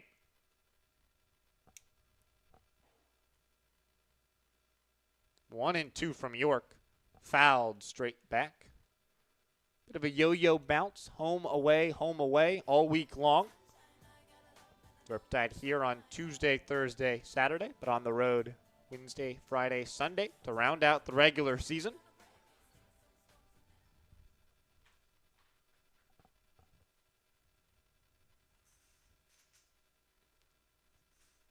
One, two, runner goes. Pitch is a ball inside. Third on towards second will get into the outfield. But nice job from Alex Dolan sprinting in to make sure that even though that throw eluded Connor Bart, the Riptide second baseman, that Immel just steals second and can't advance any further. Well, we saw Immel bouncing around on first base. He finally takes off for his 9th stolen base of the year. Looking to scrap across another run and extend the Saints' lead. 2-2 from York. Swing and a miss, strike 3. Blew the fastball past Mangini. And so the 2-out single from Immel does not come back to haunt the Riptide. They still trail 4-1 as we go to the bottom of the 6th.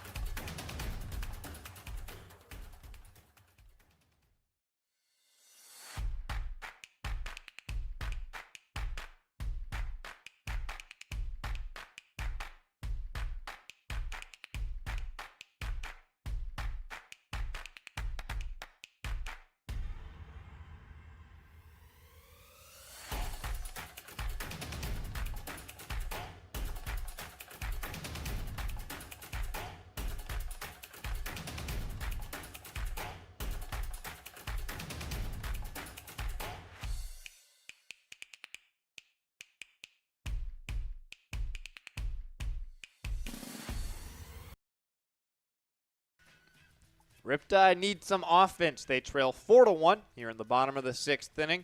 Couple of switch hitters, Dolan and Navarro, will be followed by the righty Brock Folds as Andrew Miller is back out for another frame. Dolan squares to bunt, gets it down the line, but it'll go foul. And so nothing in one count on Alex Dolan, who continues to try and bunt his way aboard. So it feels a little bit easier on his hand since returning from that fingernail revulsion when he dropped a weight on top of his hand and missed about a month. Yeah, you saw him racing down the first base line. Shirt became untucked there. The speed of Alex Dolan. He does run well. He's 12 for 12 on stolen bases, so the Riptide would love to get him aboard. Asperger's at third come in. Dolan takes a fastball off the plate to even up the count at 1-1. He lines softly to the shortstop Braden Flores back in the 3rd inning. His only plate appearance of the day. Check swing. They'll look towards third. Heath Jones says Dolan did not offer. 2-1.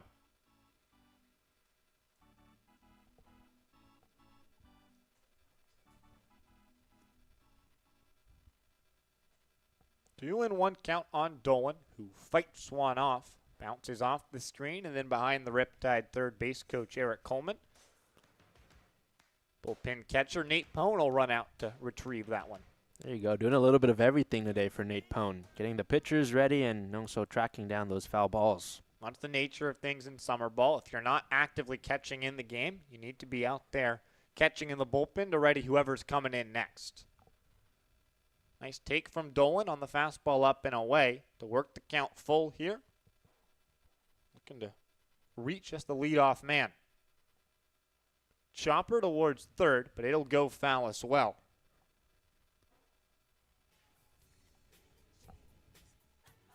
For the Riptide, when they don't get the leadoff man, they have gone down in order all 3 times.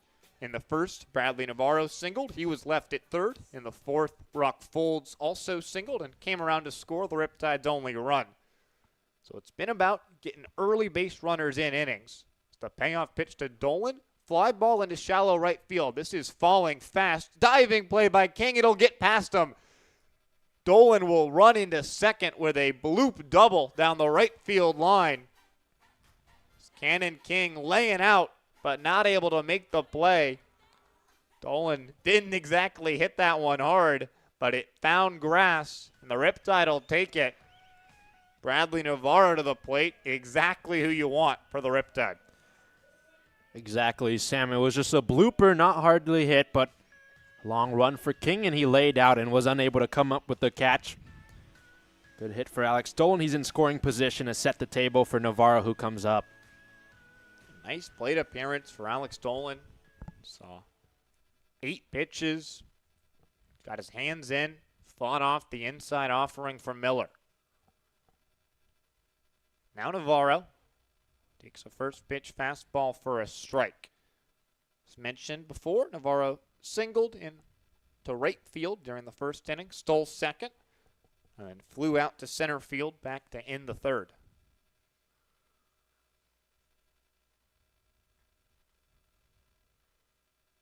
Behind 0-1.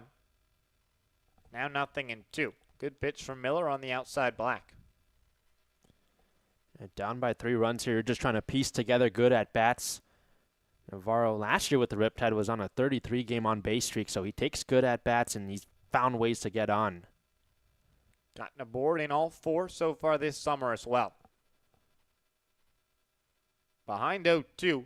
Fly ball to right field, similar space for King. He'll run over, and it will fall fair and bounce over the wall for a ground rule double. Alex Dolan will score on the play. It's 4-2. That's the Riptide chipping away at the Saints' lead. Navarro and Dolan will trade places on the play.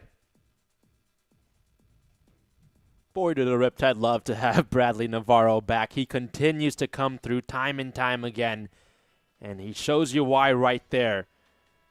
Great at-bat, battling, gets a good piece of that baseball, and drives in the run. Riptide chipping away at that lead for the Saints. Ball carrying down the line. Earlier start, a little warmer in the day. Ball flies a little better. Not all that far from getting out of here. Instead, it'll one-hop the right field wall right down the line. The Riptide twice have put one within 10 feet of the chalk here for extra base hits this inning. Now Brock folds. Bunt single, couple frames ago, came around to score the first run.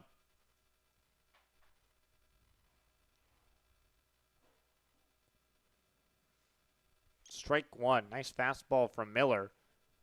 But all of a sudden, the Riptide have the tying run at the plate here in the bottom of the 6th.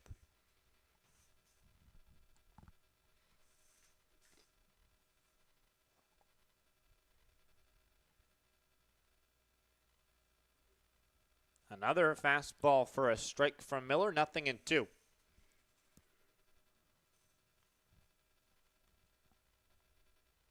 Dylan Immel at second base, holding Navarro on, making sure that he can't get too big of a lead. Folds fights off the 0-2 offering, foul down the line.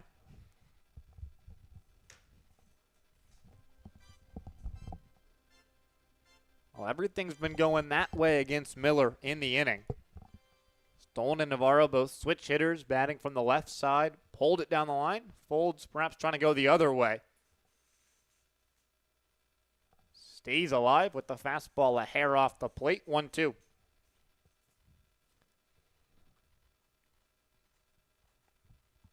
Huge opportunity to bring home Navarro and cut this Saints lead to just 1. Still nobody out here in the bottom of the 6th. And that'll bounce all the way to the backstop. Andrews couldn't block it. Navarro at third on the wild pitch. Felt like in the 5th, everything was coming up Saints. Here in the 6th, everything going the Riptide's way. And Orange County's rallying here in the 6th. Still no outs, and Navarro's 90 feet from home for Brock Folds, who's battled in this count. 0-2, but he's got it leveled now. And nobody warming in the Arroyo Seco bullpen. Miller, in his second inning of work, has really struggled. Saints will bring the infield in. Try and cut down Navarro.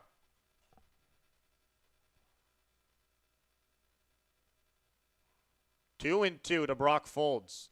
Ground ball up the middle, base hit. 4-3 now as the Riptide continue to fight back. Folds comes through and drives home Navarro. The Riptide with 3 straight knocks to begin things here in the bottom of the 6th. That's exactly where you wanted that baseball. Wide gap up the middle. Folds sends it right there. Easily cashing in Navarro. What an inning for the Riptide here. Good at-bats. Miller has been able to get ahead of all 3 hitters, but they fought back. Andrews is going to come to the mound. They try to figure out how to get some hitters out. Looks like Tyler Hawkins is at least moving around in the Arroyo Seco bullpen, but he hasn't even started throwing yet. So you'd expect that Miller is going to need at least to be on the mound for another 5 to 10 minutes. Riptide looking to strike quickly. Now just down 1 run with the speedy Folds on first. Reyes takes a ball up and away, 1-0. Riptide's DH popped out to shortstop back in the first inning, walked in the 4th.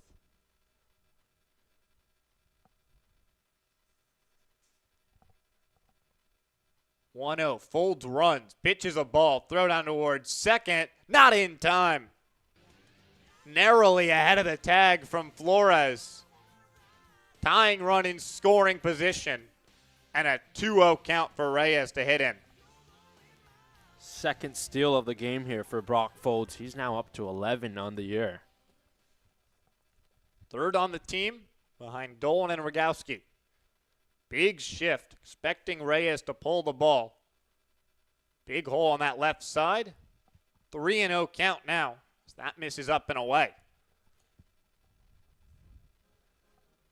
Third baseman Asperger trying to deter the potential bunt attempt. But that hole between third base and shortstop, massive if Reyes can just send one out there.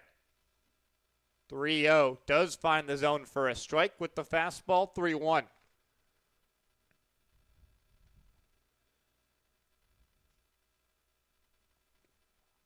They were scoreless through the first 3 innings. Riptide found a run in the bottom of the 4th as Reyes flies one down the left field line. This is twisting towards foul territory. It'll land there. Ryder gave it a look. Reyes stays alive. 3-2 count. Orange County got the run in the bottom of the 4th to get the scoring started. Saints responded instantly with 4 runs in the top of the 5th inning. Owen Mangini hit a homer. Dylan Nieto really struggled in his Riptide return. But here in the bottom of the 6th, Orange County's already scored twice. They cut the Saints lead to just a run, and they have Brock Folds in scoring position trying to tie this game. 3-2. Hard hit ball fair down the line.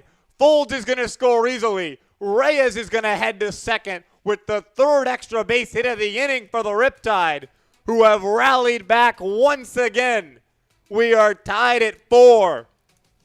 Alonzo Reyes continues to be clutch for Orange County. What an inning for the Riptide. That'll rightfully prompt a mound visit, but just scorched down the line right there from Alonzo Reyes into the corner. And it scores Brock Folds, and the Riptide have come all the way back and tie this game up. Riptide continue to be so resilient. They have fought through so much adversity this year. This team looks so different from the start of the summer. It's the nature of things in summer ball. You have guys leave, you have people step up and fill in, and this inning is full of them. Alex Dolan missed time with the injury. Bradley Navarro joined the Riptide a week ago. Brock Folds joined late. He missed time with a broken nose. Alonzo Reyes was a late add to this squad. Ryan Castro at the plate, another player who joined at the start of July, looks to join in on the party and give the Riptide the lead once again. Miller will stay in this game. Hawkins is not ready in the bullpen for the Saints. Mound visit as much about settling Miller down as it is about giving Hawkins time in the pen. First pitch to Castro, fastball for strike one. To that point, Sam, yeah, a lot of this lineup today for the Riptide was not on the opening day roster for the Riptide. They've pieced together this team little by little as the summer has went along, and each guy has contributed in their own way. Castro waves at one way off the plate, 0-2. First bad hack for the Riptide all inning. But they have done such a great job of taking team first at bats, battling, doing all the little things right. Now 0-2. Just outside, ball one. A close pitch there, doesn't get the call from Chris Maher, does Miller. Gonna have to battle here, still looking for that first out. Least would love to move Reyes over. Get the go-ahead run to third base with just one out. 1-2. Castro strikes out. Second K of the night for Miller, and a huge first out for the Saints. As they try to stop the bleeding, Connor Barth to the dish. Yeah, it's been a tough inning, that's for sure, for Andrew Miller.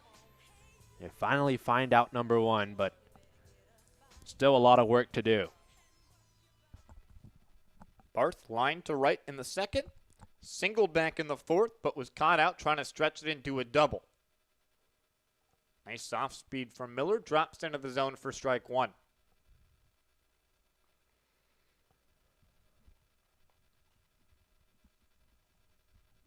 Looks like Sean York has walked back out into the bullpen, trying to stretch out maybe a little bit as he's had a lot of time off in this inning. As the Riptide offense have taken good long at-bats, sent a lot of hitters to the plate.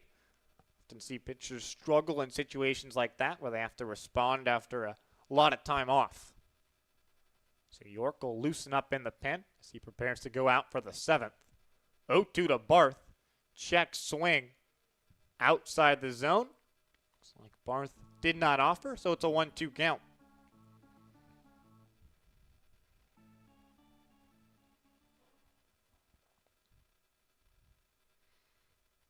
One and two.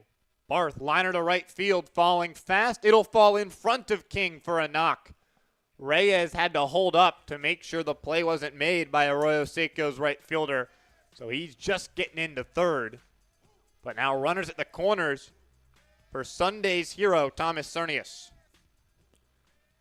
Connor Barth entered today leading the team in hits for the Riptide after the departure of Cooper Klauser. He's got 2 hits in this game. It's now his 7th multi-hit game, and the inning just continues to go the Riptide's way. 5 hits in the first 6 batters of the frame for the Riptide. Corners of the infield in for Arroyo Seco with Cernius at the plate.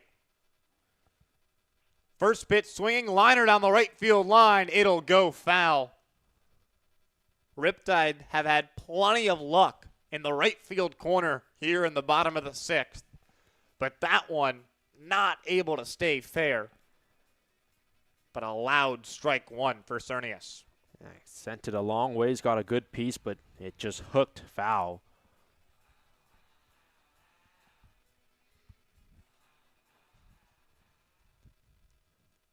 Hard to believe that Miller is still in this game. But he is.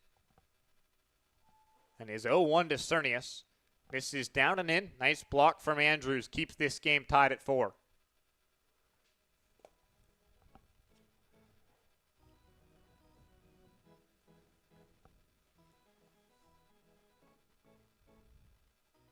Aaron Milam wants to keep the middle infielders, Immel and Flores, deep to try and potentially turn 2 and in the inning. Cernius goes after one. He'll swing and miss. 1-2 count on the fastball above the zone.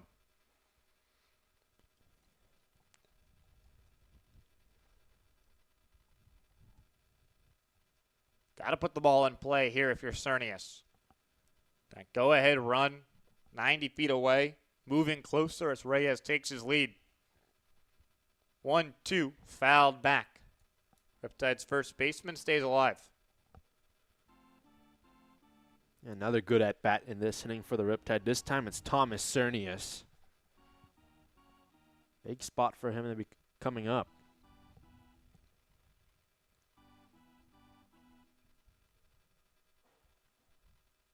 The 1-2. Strike 3 called. Cernius buckled by Miller's off-speed. Second out of the inning. We talked about the Riptide needing a catcher to step up. Ian Nguyen coming to the plate here, trying to show why he deserves to be the man behind the dish in the postseason. 0 for 2 day for Nguyen, but it's a great time to find that first hit. Pick over towards first. Barth dives back in safely. No limit on how many times you can pick over. It's the first time we've seen Miller make the move to first. First pitch to Nguyen, way above the zone. Andrews sticks his glove up. He'll walk a couple steps to the mound and give Miller an extra beat to calm himself.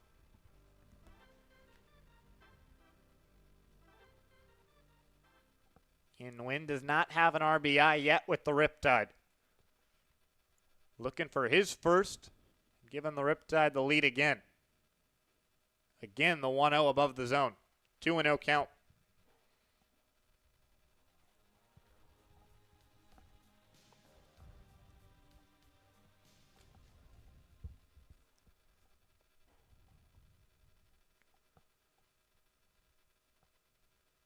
Two and out to the Riptide catcher. That's in the zone for strike one.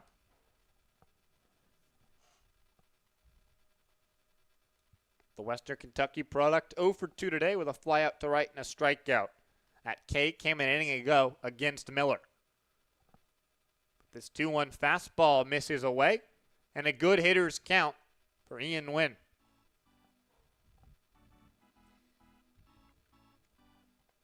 We got Reed Montgomery in the on-deck circle. If Nguyen's able to get on here.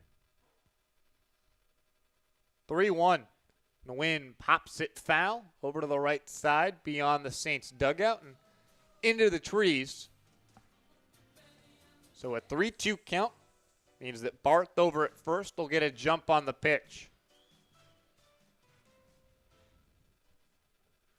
Aaron Milam been gutsy to stick with Miller. Will it pay off on the payoff? Inside ball 4, bases loaded for the man who led the Riptide in RBIs last summer. But he is just 3 for his last 25. Reed Montgomery strolling to the plate. As the Saints, Aaron Milam will head to the mound. Looks like this finally will bring an end to Miller's evening. New pitcher Tyler Hawkins to face off with Reed Montgomery. Bases loaded, tie game, bottom of the 6th inning. 1 seed potentially on the line. Don't go anywhere. We'll be right back.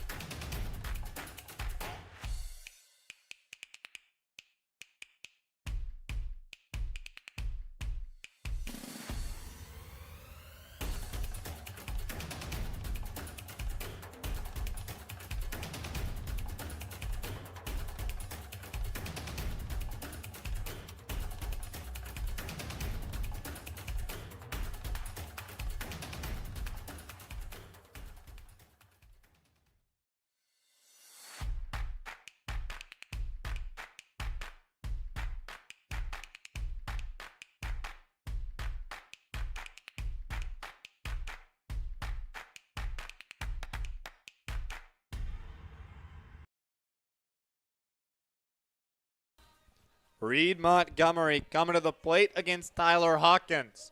This is Hawkins' third appearance of the summer. The right-hander from Bucknell has not allowed a run in his first 2 innings.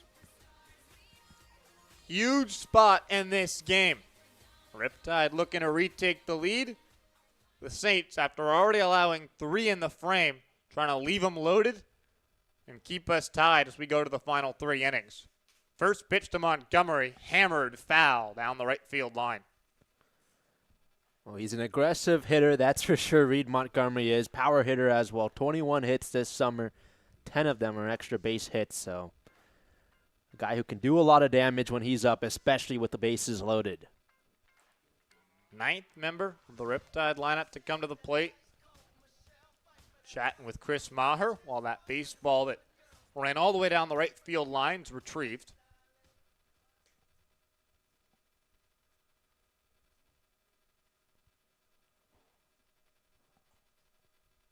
Now Hawkins 0-1. Montgomery grounded towards second. Immel has it. He'll throw to first in time. Game is tied at 4, but the Riptide miss an opportunity to take the lead. 3 innings left, so we'll head to the 7th.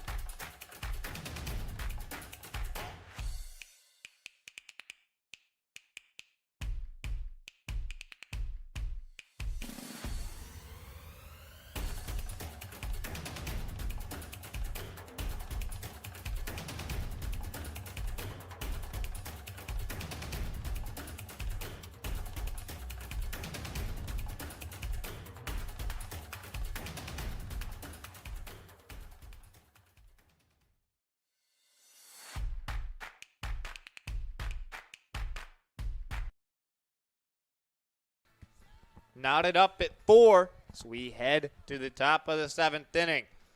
Brody Shear, Braden Flores, Evan Ryder to the plate against Sean York, who after putting up a 0 in the top of the 6th, got 3 runs of support from his team in the bottom of the frame. That's why we're tied up. So far today, Shear is 1 for 2. Had an infield single, came around to score a couple frames ago. Take strike 1 from York. Nothing in 1 count. Shear was a late add to this Arroyo Seco team. Just his 9th game of the summer, but he's been productive. The 0-1. Fastball a little outside, 1-1 count. Shear hitting close to 333. Get a hit about once every 3 plate appearances.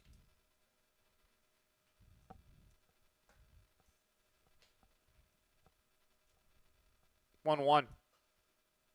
Fastball for a strike, 1-2.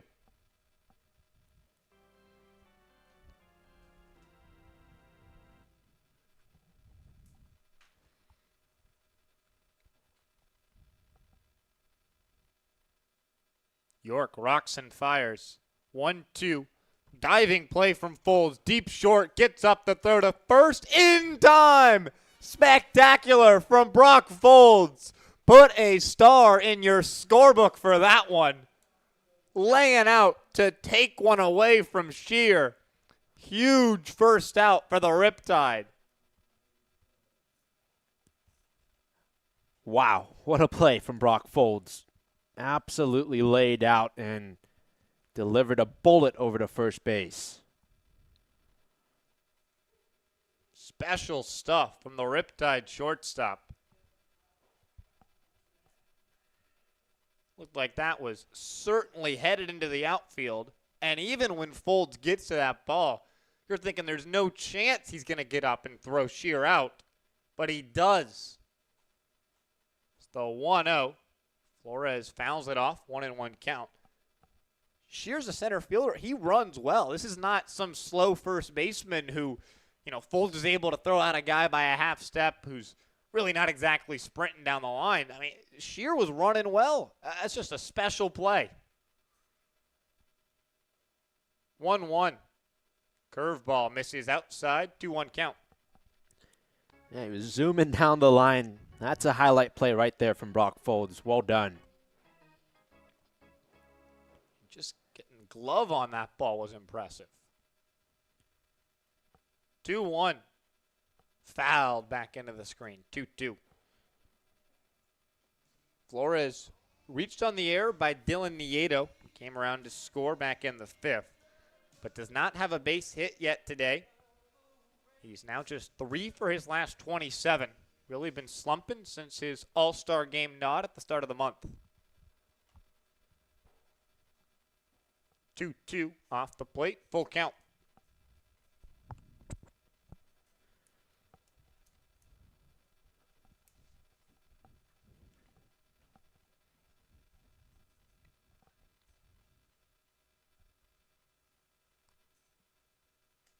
Payoff pitch. Spoiled over the Rome Party patio. We'll do it again.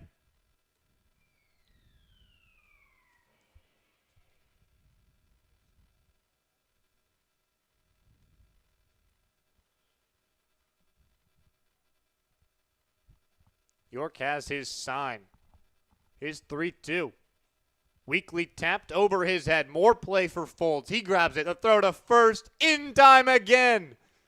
Brock Folds everywhere here in the top of the seventh. Showed off the arm and the dive against Shear and sprints in on one here against Flores to get the second out of the inning. Well, it's been a special inning for Brock Folds. Another highlight play from him. Makes it on the run, charging in, and a laser over to first base in time. Now Evan Ryder with 2 down and nobody aboard. Thanks to some heroics from Brock Folds.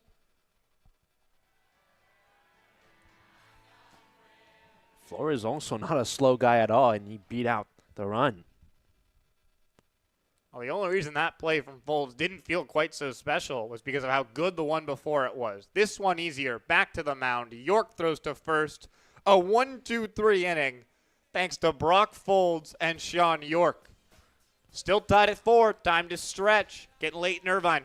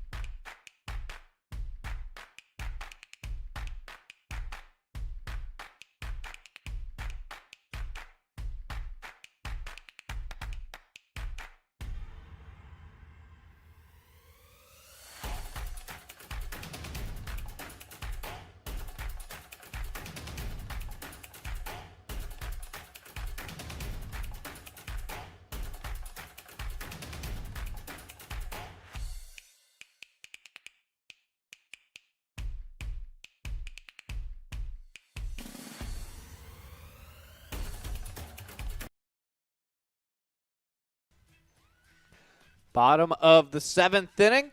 Still tied at 4. Alex Dolan led off the bottom of the 6th with a double that sparked a 3-run frame for the Riptide.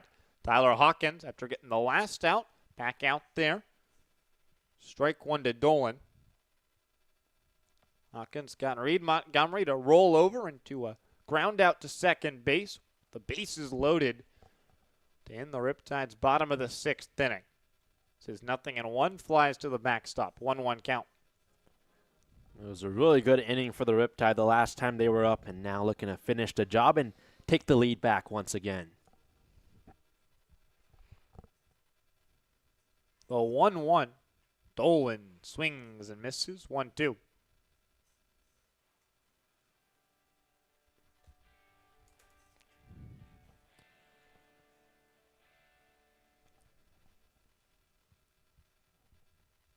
Dolan was behind in the count last time when he blooped the double down the line. Here, takes a fastball well off the plate, 2-2. Brandon Weiland beginning to warm in the Riptide bullpen. Looks like it'll be his 8th inning.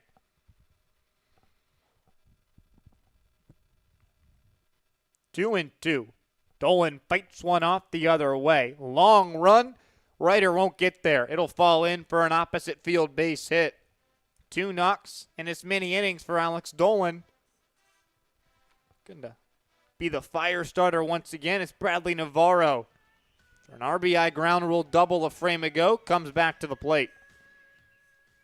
A similar start to the 6th inning for Alex Dolan. You mentioned it. He really sparked a big rally for the Riptide. See if this can be a same result. Another multi-hit day for Bradley Navarro. The single, RBI double, scored a run, stole a base today. Big day as Navarro takes strike 1. This game not finished yet, though. Bradley Navarro continues to hunt Arroyo Seco pitching.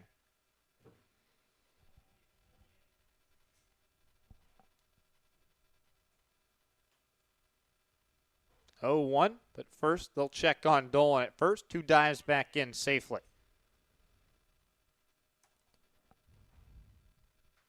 Dolan's a speedy guy on first base. Wouldn't be surprised if he took off here.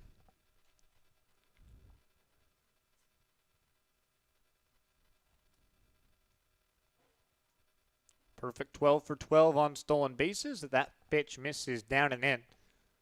Navarro now even in the count at 1-1. It's gone final in Ventura. The Oaks have beaten the Bombers 9-0. Means the Riptide's magic number for the number 1 seed stays at 6. Navarro checks swing, but it rolls towards first base. Throw down to second for a 1.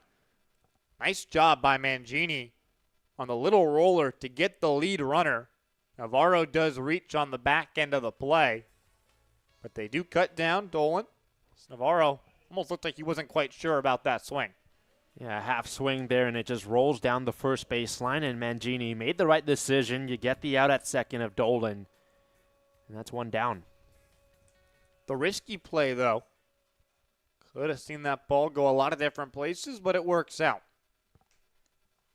Now Navarro and his good speed replaces Dolan on first as Brock Folds, who scored the tying run an inning ago, back at the plate. Pitch goes all the way to the backstop. Who cares about having the runner in scoring position? Navarro will move up on the play. It's a wild pitch from Hawkins. Puts the Riptide potentially just a base hit away from the lead.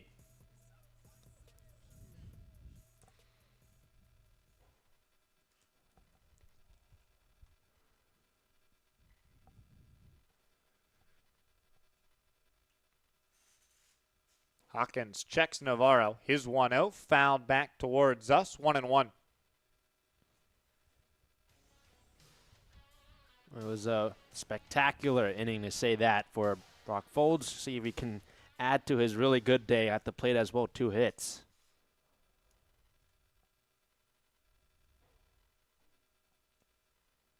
One and one. Folds taking all the way. Takes a strike. 1-2.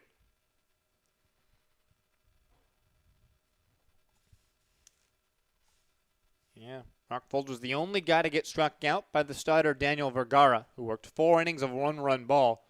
But since then, an infield single and a ground ball up the middle improved his day. Hawkins just misses off the plate, 2-2.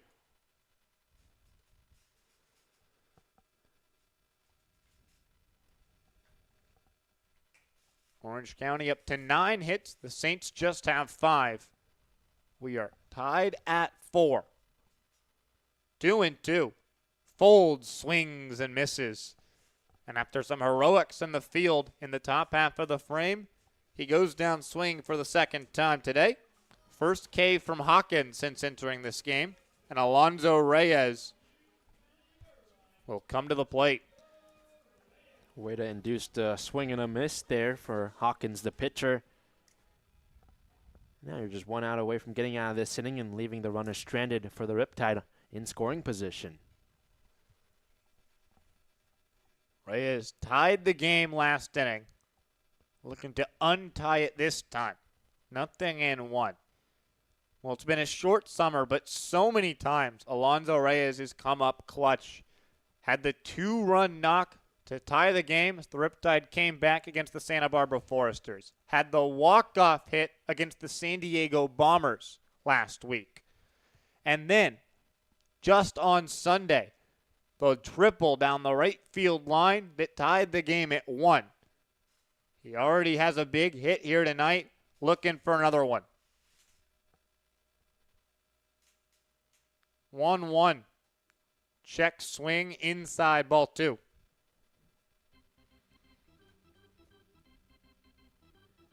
Just a guy you feel really good about if you're the Riptide when he's up and guys on. Can feel the intensity in the air. Meaningful baseball late in the summer. Reyes will go to a knee. 2-2 count. Riptide win. They keep their spot atop the CCL South. A loss, they fall behind Conejo once again, and the Yokes go back into the driver's seat for the coveted first-round bye. 2-2 inside. Sprawling play by Andrews to keep that ball from going to the screen. And it'll be a full count on Alonso Reyes.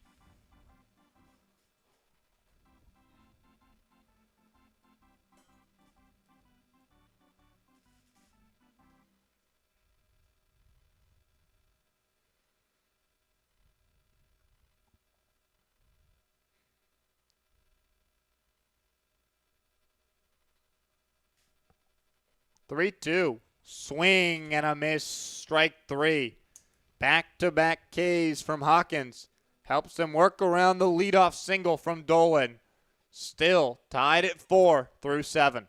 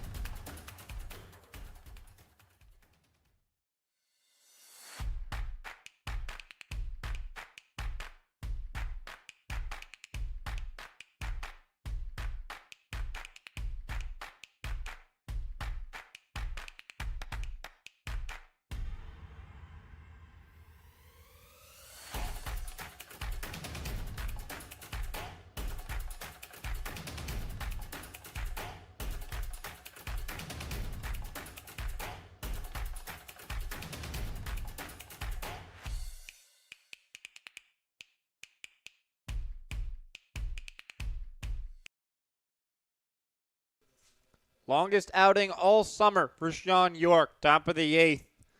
The Riptide being aggressive here as they look to get a huge win to start their final week of the regular season.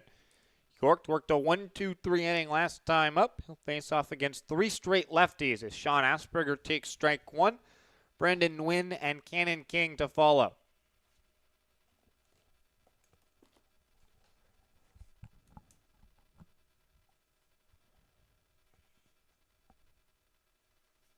Oh, 1 on Asperger. Strike 2. Third baseman's 0 for 2 today. Reached on a fielder's choice in the first, flew to left in the third. Brought home Arroyo Seco's fourth and so far final run with his sacrifice fly a couple innings ago in the fifth. 0-2. Bouncer down the first base line. Fair ball. And Cernius will move to first base and make the play. That was not fair by much. But first base umpire Keith Gibbs ruled that it was fair crossing over the bag, even though Cernius grabbed it in foul territory 10 feet behind it. And it's the first out of the inning. Works out for the Riptide in the end. Nicely done by Cernius to get the out himself. Now Brandon Nguyen, the DH, is 0 for 3 today.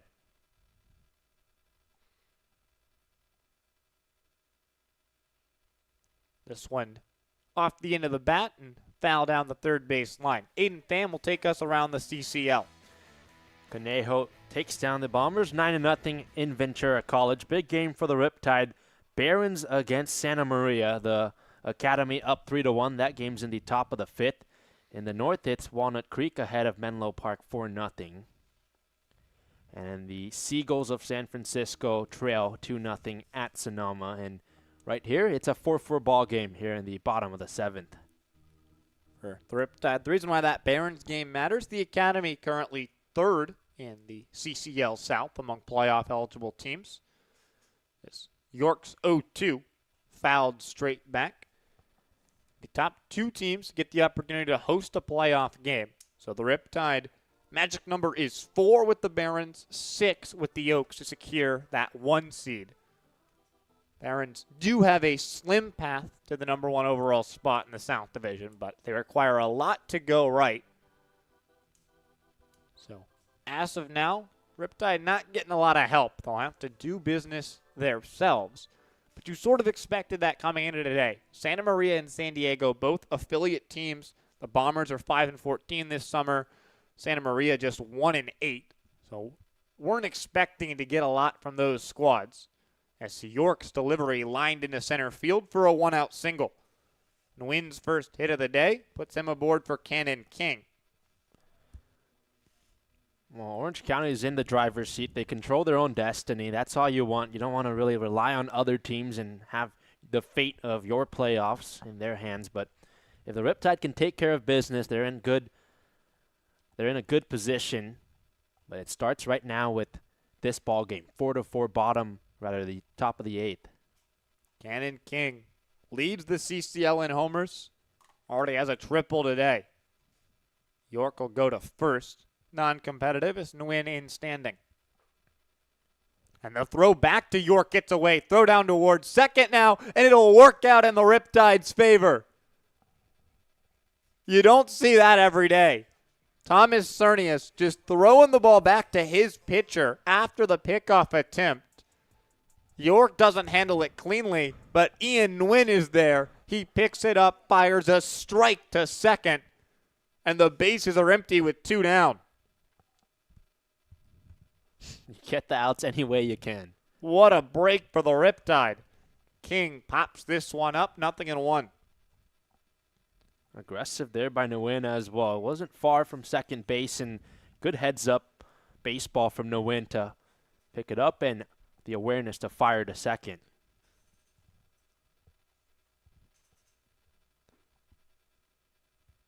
Oh, 1. Looping off-speed pitch for a strike, 0-2. Can't say I've ever seen anything quite like that. Sean York with an unsuccessful pickoff that turns into a very successful pickoff. Nearly gets strike 3, but just a little bit outside the zone. King stays alive, 1-2 count.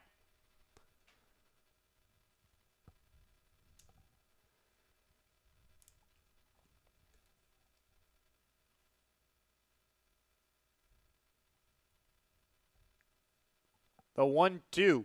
Down and in. 2-2 to King.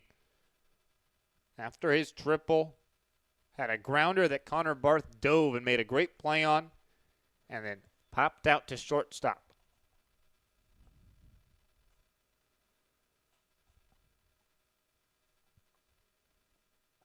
The 2-2 on the UCSD commit, spoiled back foul. And as the shadows are getting long in the outfield, the at-bats getting long as well here. Both these teams know how important this part of the game is. For the Saints, any hope of getting into the postseason probably depends on winning this game. The Riptide know the 1 seed on the line in front of them as well. 2-2, and that'll miss down and in. It'll hit King.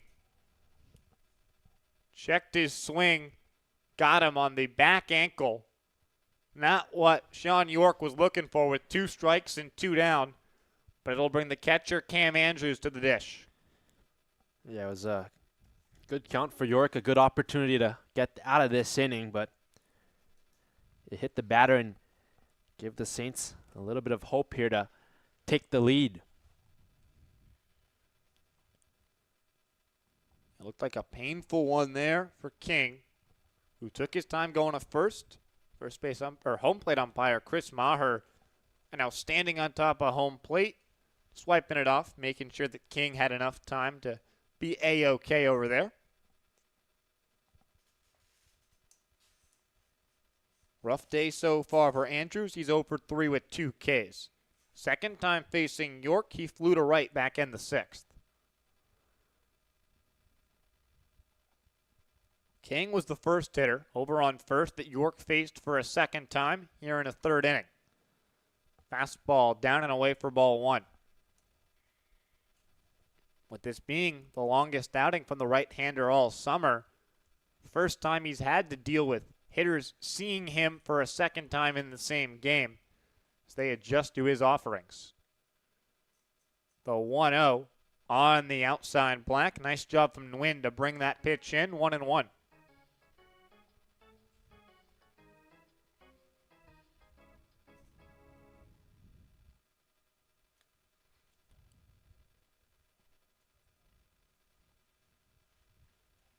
Brandon Weiland still staying ready in the Riptide bullpen if Brian Evans goes to him.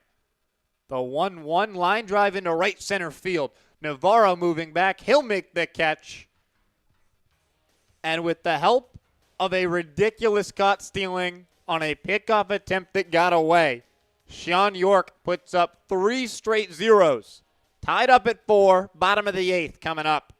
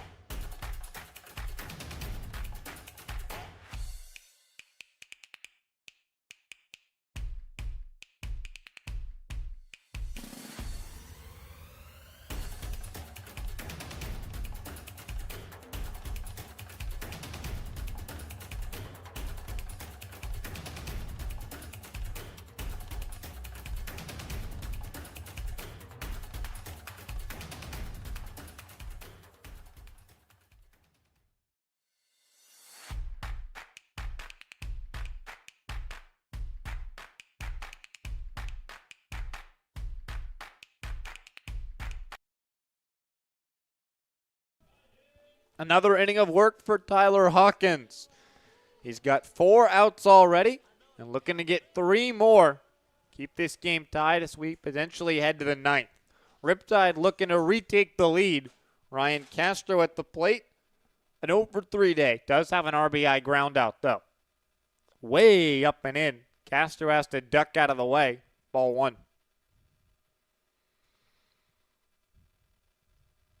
Hawkins worked just an inning in each of his first 2 appearances of the summer, but here being asked to go a lot longer. Fastball down the middle for a strike, 1-1. It's been a productive day, though, for Castro. He drove in that run in the 4th. Good hitter here, trying to start this inning off right for the Riptide. 1-1 fastball, down and in, but for a strike. Good pitch from Hawkins. It's a hard pitch to do damage on if you're a righty like Castro. Have to protect here. Down 1-2 in the count. Fly ball, shallow right field. It'll get into the bullpen. Castro able to live to see another pitch.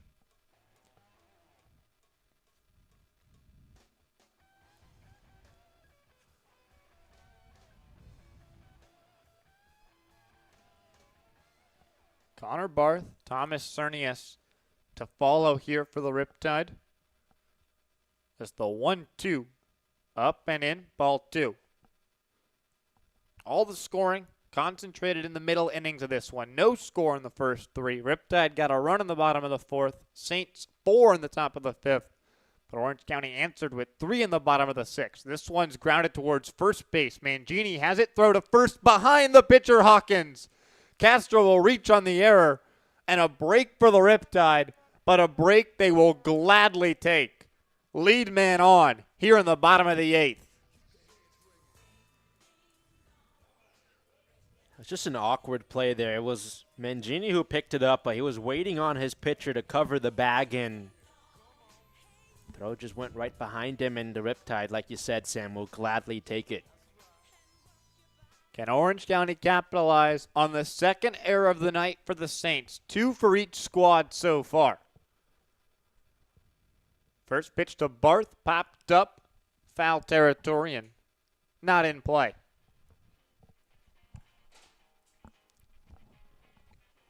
Connor Barth has base hits in each of his last 2 at-bats.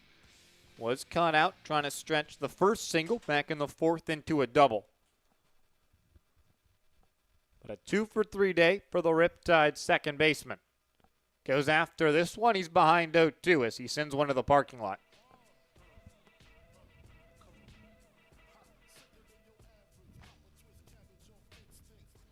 Ryan Castro on first does not have a stolen base attempt so far this summer.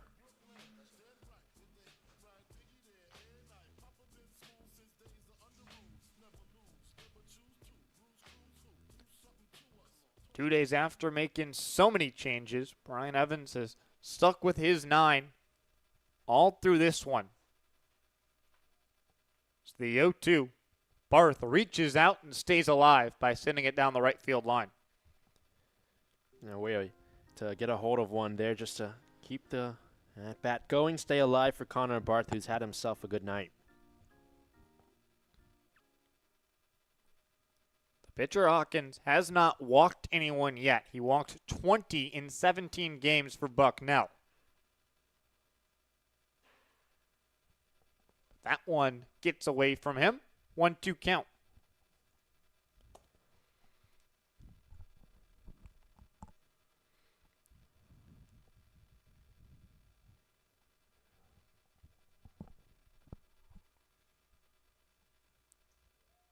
Huge spot here, bottom of the 8th inning, with the potential winning run on first base being held on by Mangini. And again, Barth just stays alive and a pitch in on his hands. It's been the story of the game for the Riptide hitters, fighting off pitches, having long, lengthy at-bats, and being disciplined and getting on.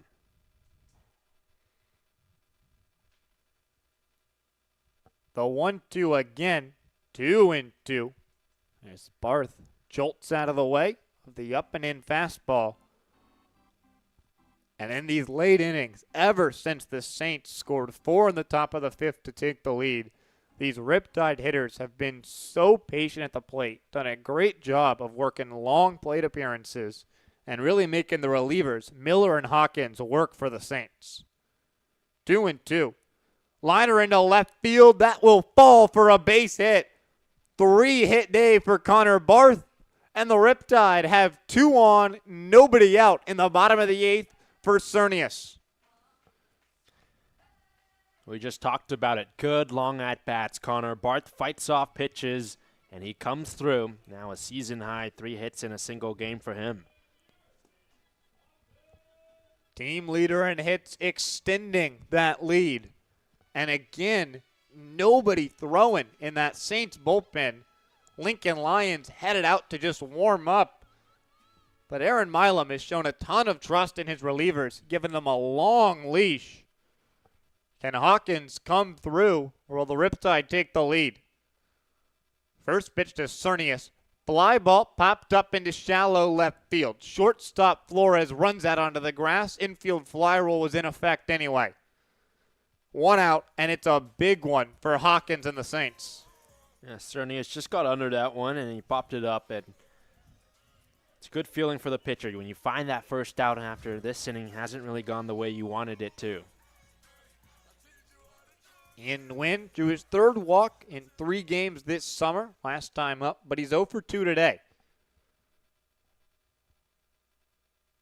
Needs a base hit if he wants to bring home Castro from second.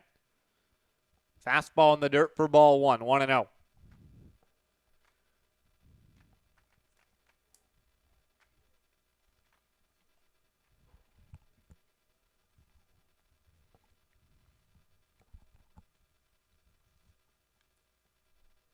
Hawkins checks Castro at second. His delivery line drive into right field for a base hit. Castro will be waved around. The throw from King to right is going to be late. Riptide lead it 5-4 in the bottom of the 8th. Ian Nguyen coming up clutch. His first RBI for the Riptide at the perfect time. Still just 1 down for Reed Montgomery. As Orange County, it's now about getting insurance here in the bottom of the 8th inning. Well, we've been waiting for that hit from Ian Nguyen all game long, and he finds it at the right time. Riptide back in front 5-4, absolutely scorched by the glove over there on the right side. Hawkins' first pitch to Montgomery. Fly ball straight away center field. Sheer under it. Barth will tag up going to third, and Barth will get in there. So runners at the corners for Alex Dolan, who has hits in each of his last 2 appearances. 2 outs in the inning, though. Montgomery not able to find a gap. But that is so huge from Ian Nguyen and the Riptide. Talked all night long about a catcher needing to separate themselves. Ian Nguyen has separated the Riptide from the Saints, at least for the moment.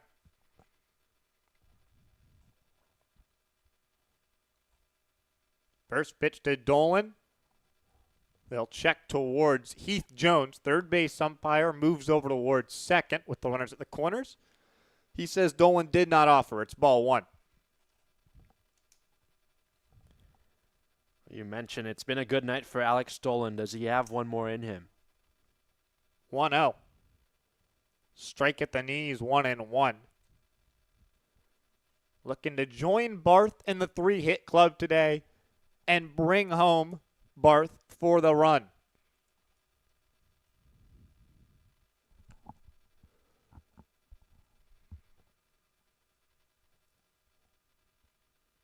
One and one. Dolan takes a strike, doesn't like the call, but he's behind 1-2. He's done his best work today with 2 strikes, though.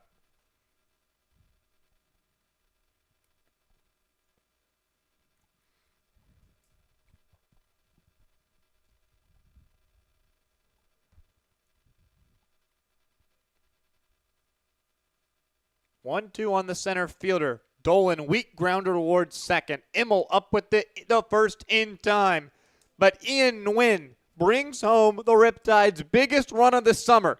They lead it 4-3 after rallying back from a 4-1 deficit. 3 outs to get. It'll be Brandon Weiland coming into this game as Orange County looks for a huge win late in the summer.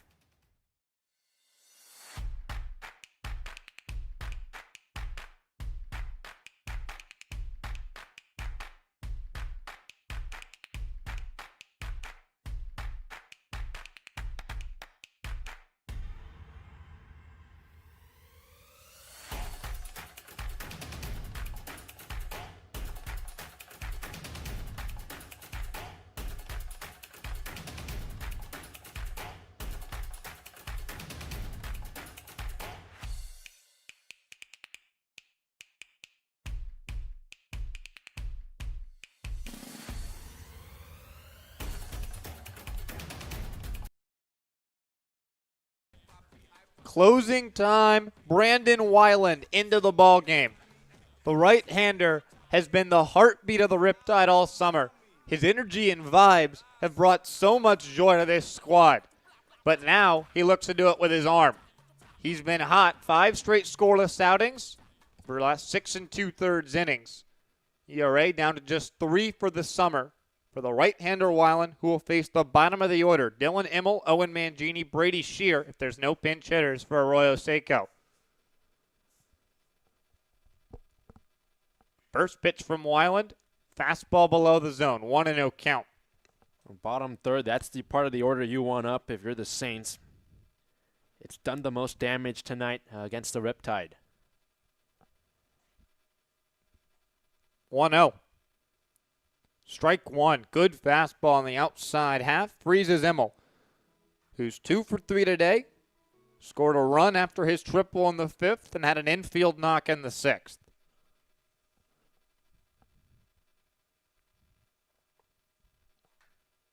The 1-1. Outside for ball 2. Weiland, 8 walks to 11 strikeouts in his 12 innings this summer.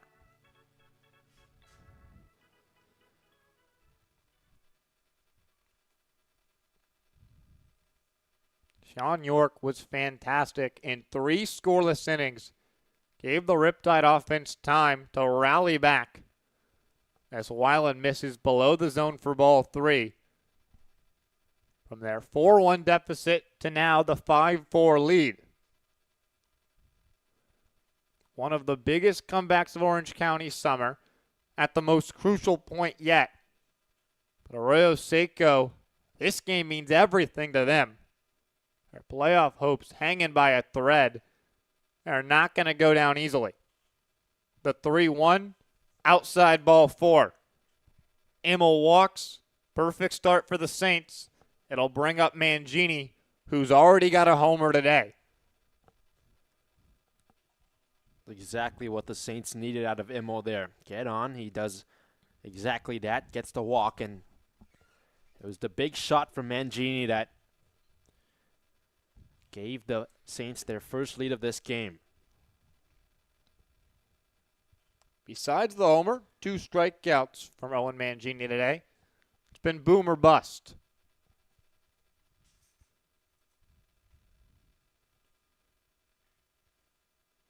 Up and in. Narrowly avoids hitting him.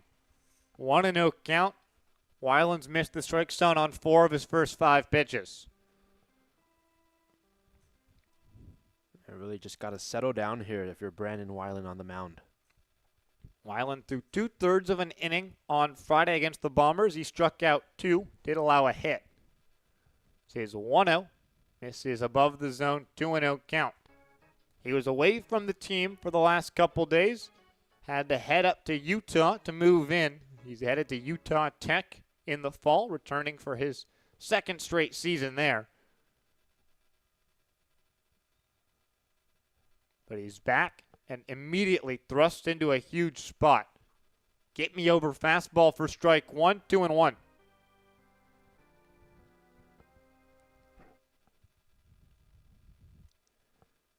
Immel on first has been great. 8 for 9 on stolen bases. But Ian Nguyen's already thrown out a runner. Weiland's thinking the same thing. He'll check over towards first. 2-1 count still as Immel dives back in safely.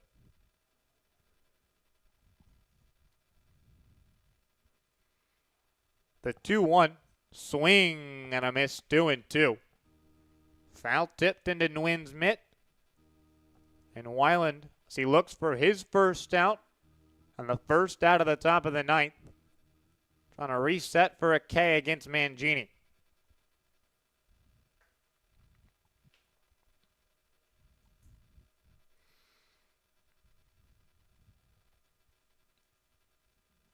Another check over towards first. Picked a good time to do it, as it was right as Immel had taken a step towards second. But the lead was small enough that the second baseman could still get back, representing the game's tying run. The 2-2. Swing and a miss, strike 3. Big K from Brandon Weiland. Now the number 9 man, Brody Shear, will come to the dish. Down 2-0, Weiland was battled back and induces the swing and a miss for a huge strikeout. 1 down here in the 9th. Shear had an infield knock and came around to score. Besides that, a liner to center had the grounder with the spectacular play from Folds 2 innings ago in the 7th. Fouls this one off to the end of the bat.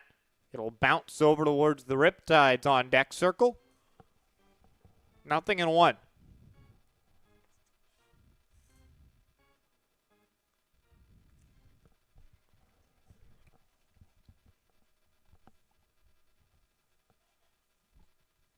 Immel still being held on by Cernius at first.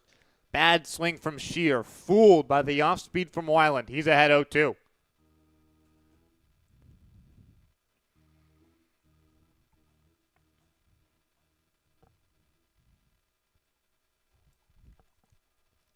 Got to go after the number 9 man with the top of the order for Arroyo Seco and Braden Flores on deck.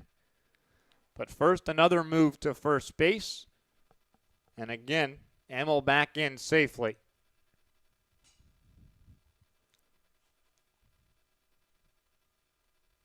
How risky do the Saints and Aaron Milam want to be on the base paths? This one's chopped towards second. Barth has it. He'll go underhand to get the lead runner.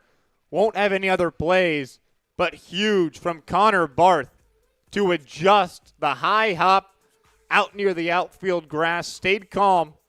Flipped underhand to Brock Folds covering. Retired Immel. And now 2 down.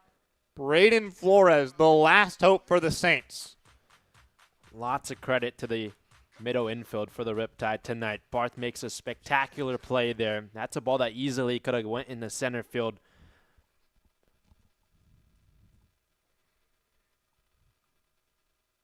Swing and a miss. First pitch fastball was a good one.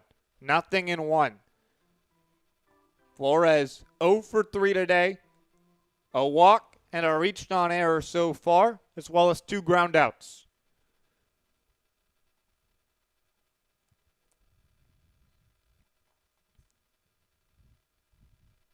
Mired in a huge slump. Flores trying to hit his way out of it and keep the Saints alive.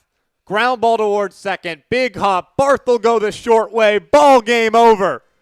The Riptide rally back and steal one against the Arroyo Seco Saints. Starting off the final week with a much-needed win, and they keep pace atop the CCL South. The Oaks won today. The Riptide knew they had to, and they did. What a win for the Riptide, Aiden. Yeah, really good all-around team performance. You get punched in the face a little bit. You find yourselves down, everything on the line. What did the Riptide do? They battle back, and that's what good teams do when they face adversity. It was a fantastic performance. The Riptide, after an 8-1 start to the summer, have been up and down at times.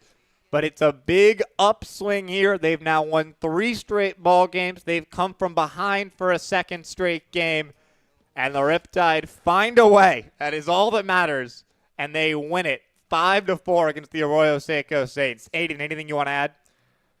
Just what a start to the week for the Riptide. That's exactly what Orange County needed to do after the Oaks won. And it's one game at a time from this point on. You bounce back tomorrow if you're the Saints, but the Riptide, you just look to pile up wins as we're getting towards the end there. 2 teams will meet again tomorrow in Pasadena at 5:35 p.m. It'll be on Riptide Radio. This guy, Aiden Pham, alongside Avi Singh, will have the call. Riptide's next game here at home on Riptide YouTube will be on Thursday at 6 p.m. against the Philippines. This is going to be a fun into the summer. For my partner, Aiden Pham, our director, Taylor Nolan, thank you so much for sticking with us. Riptide win it 5-4. Good night.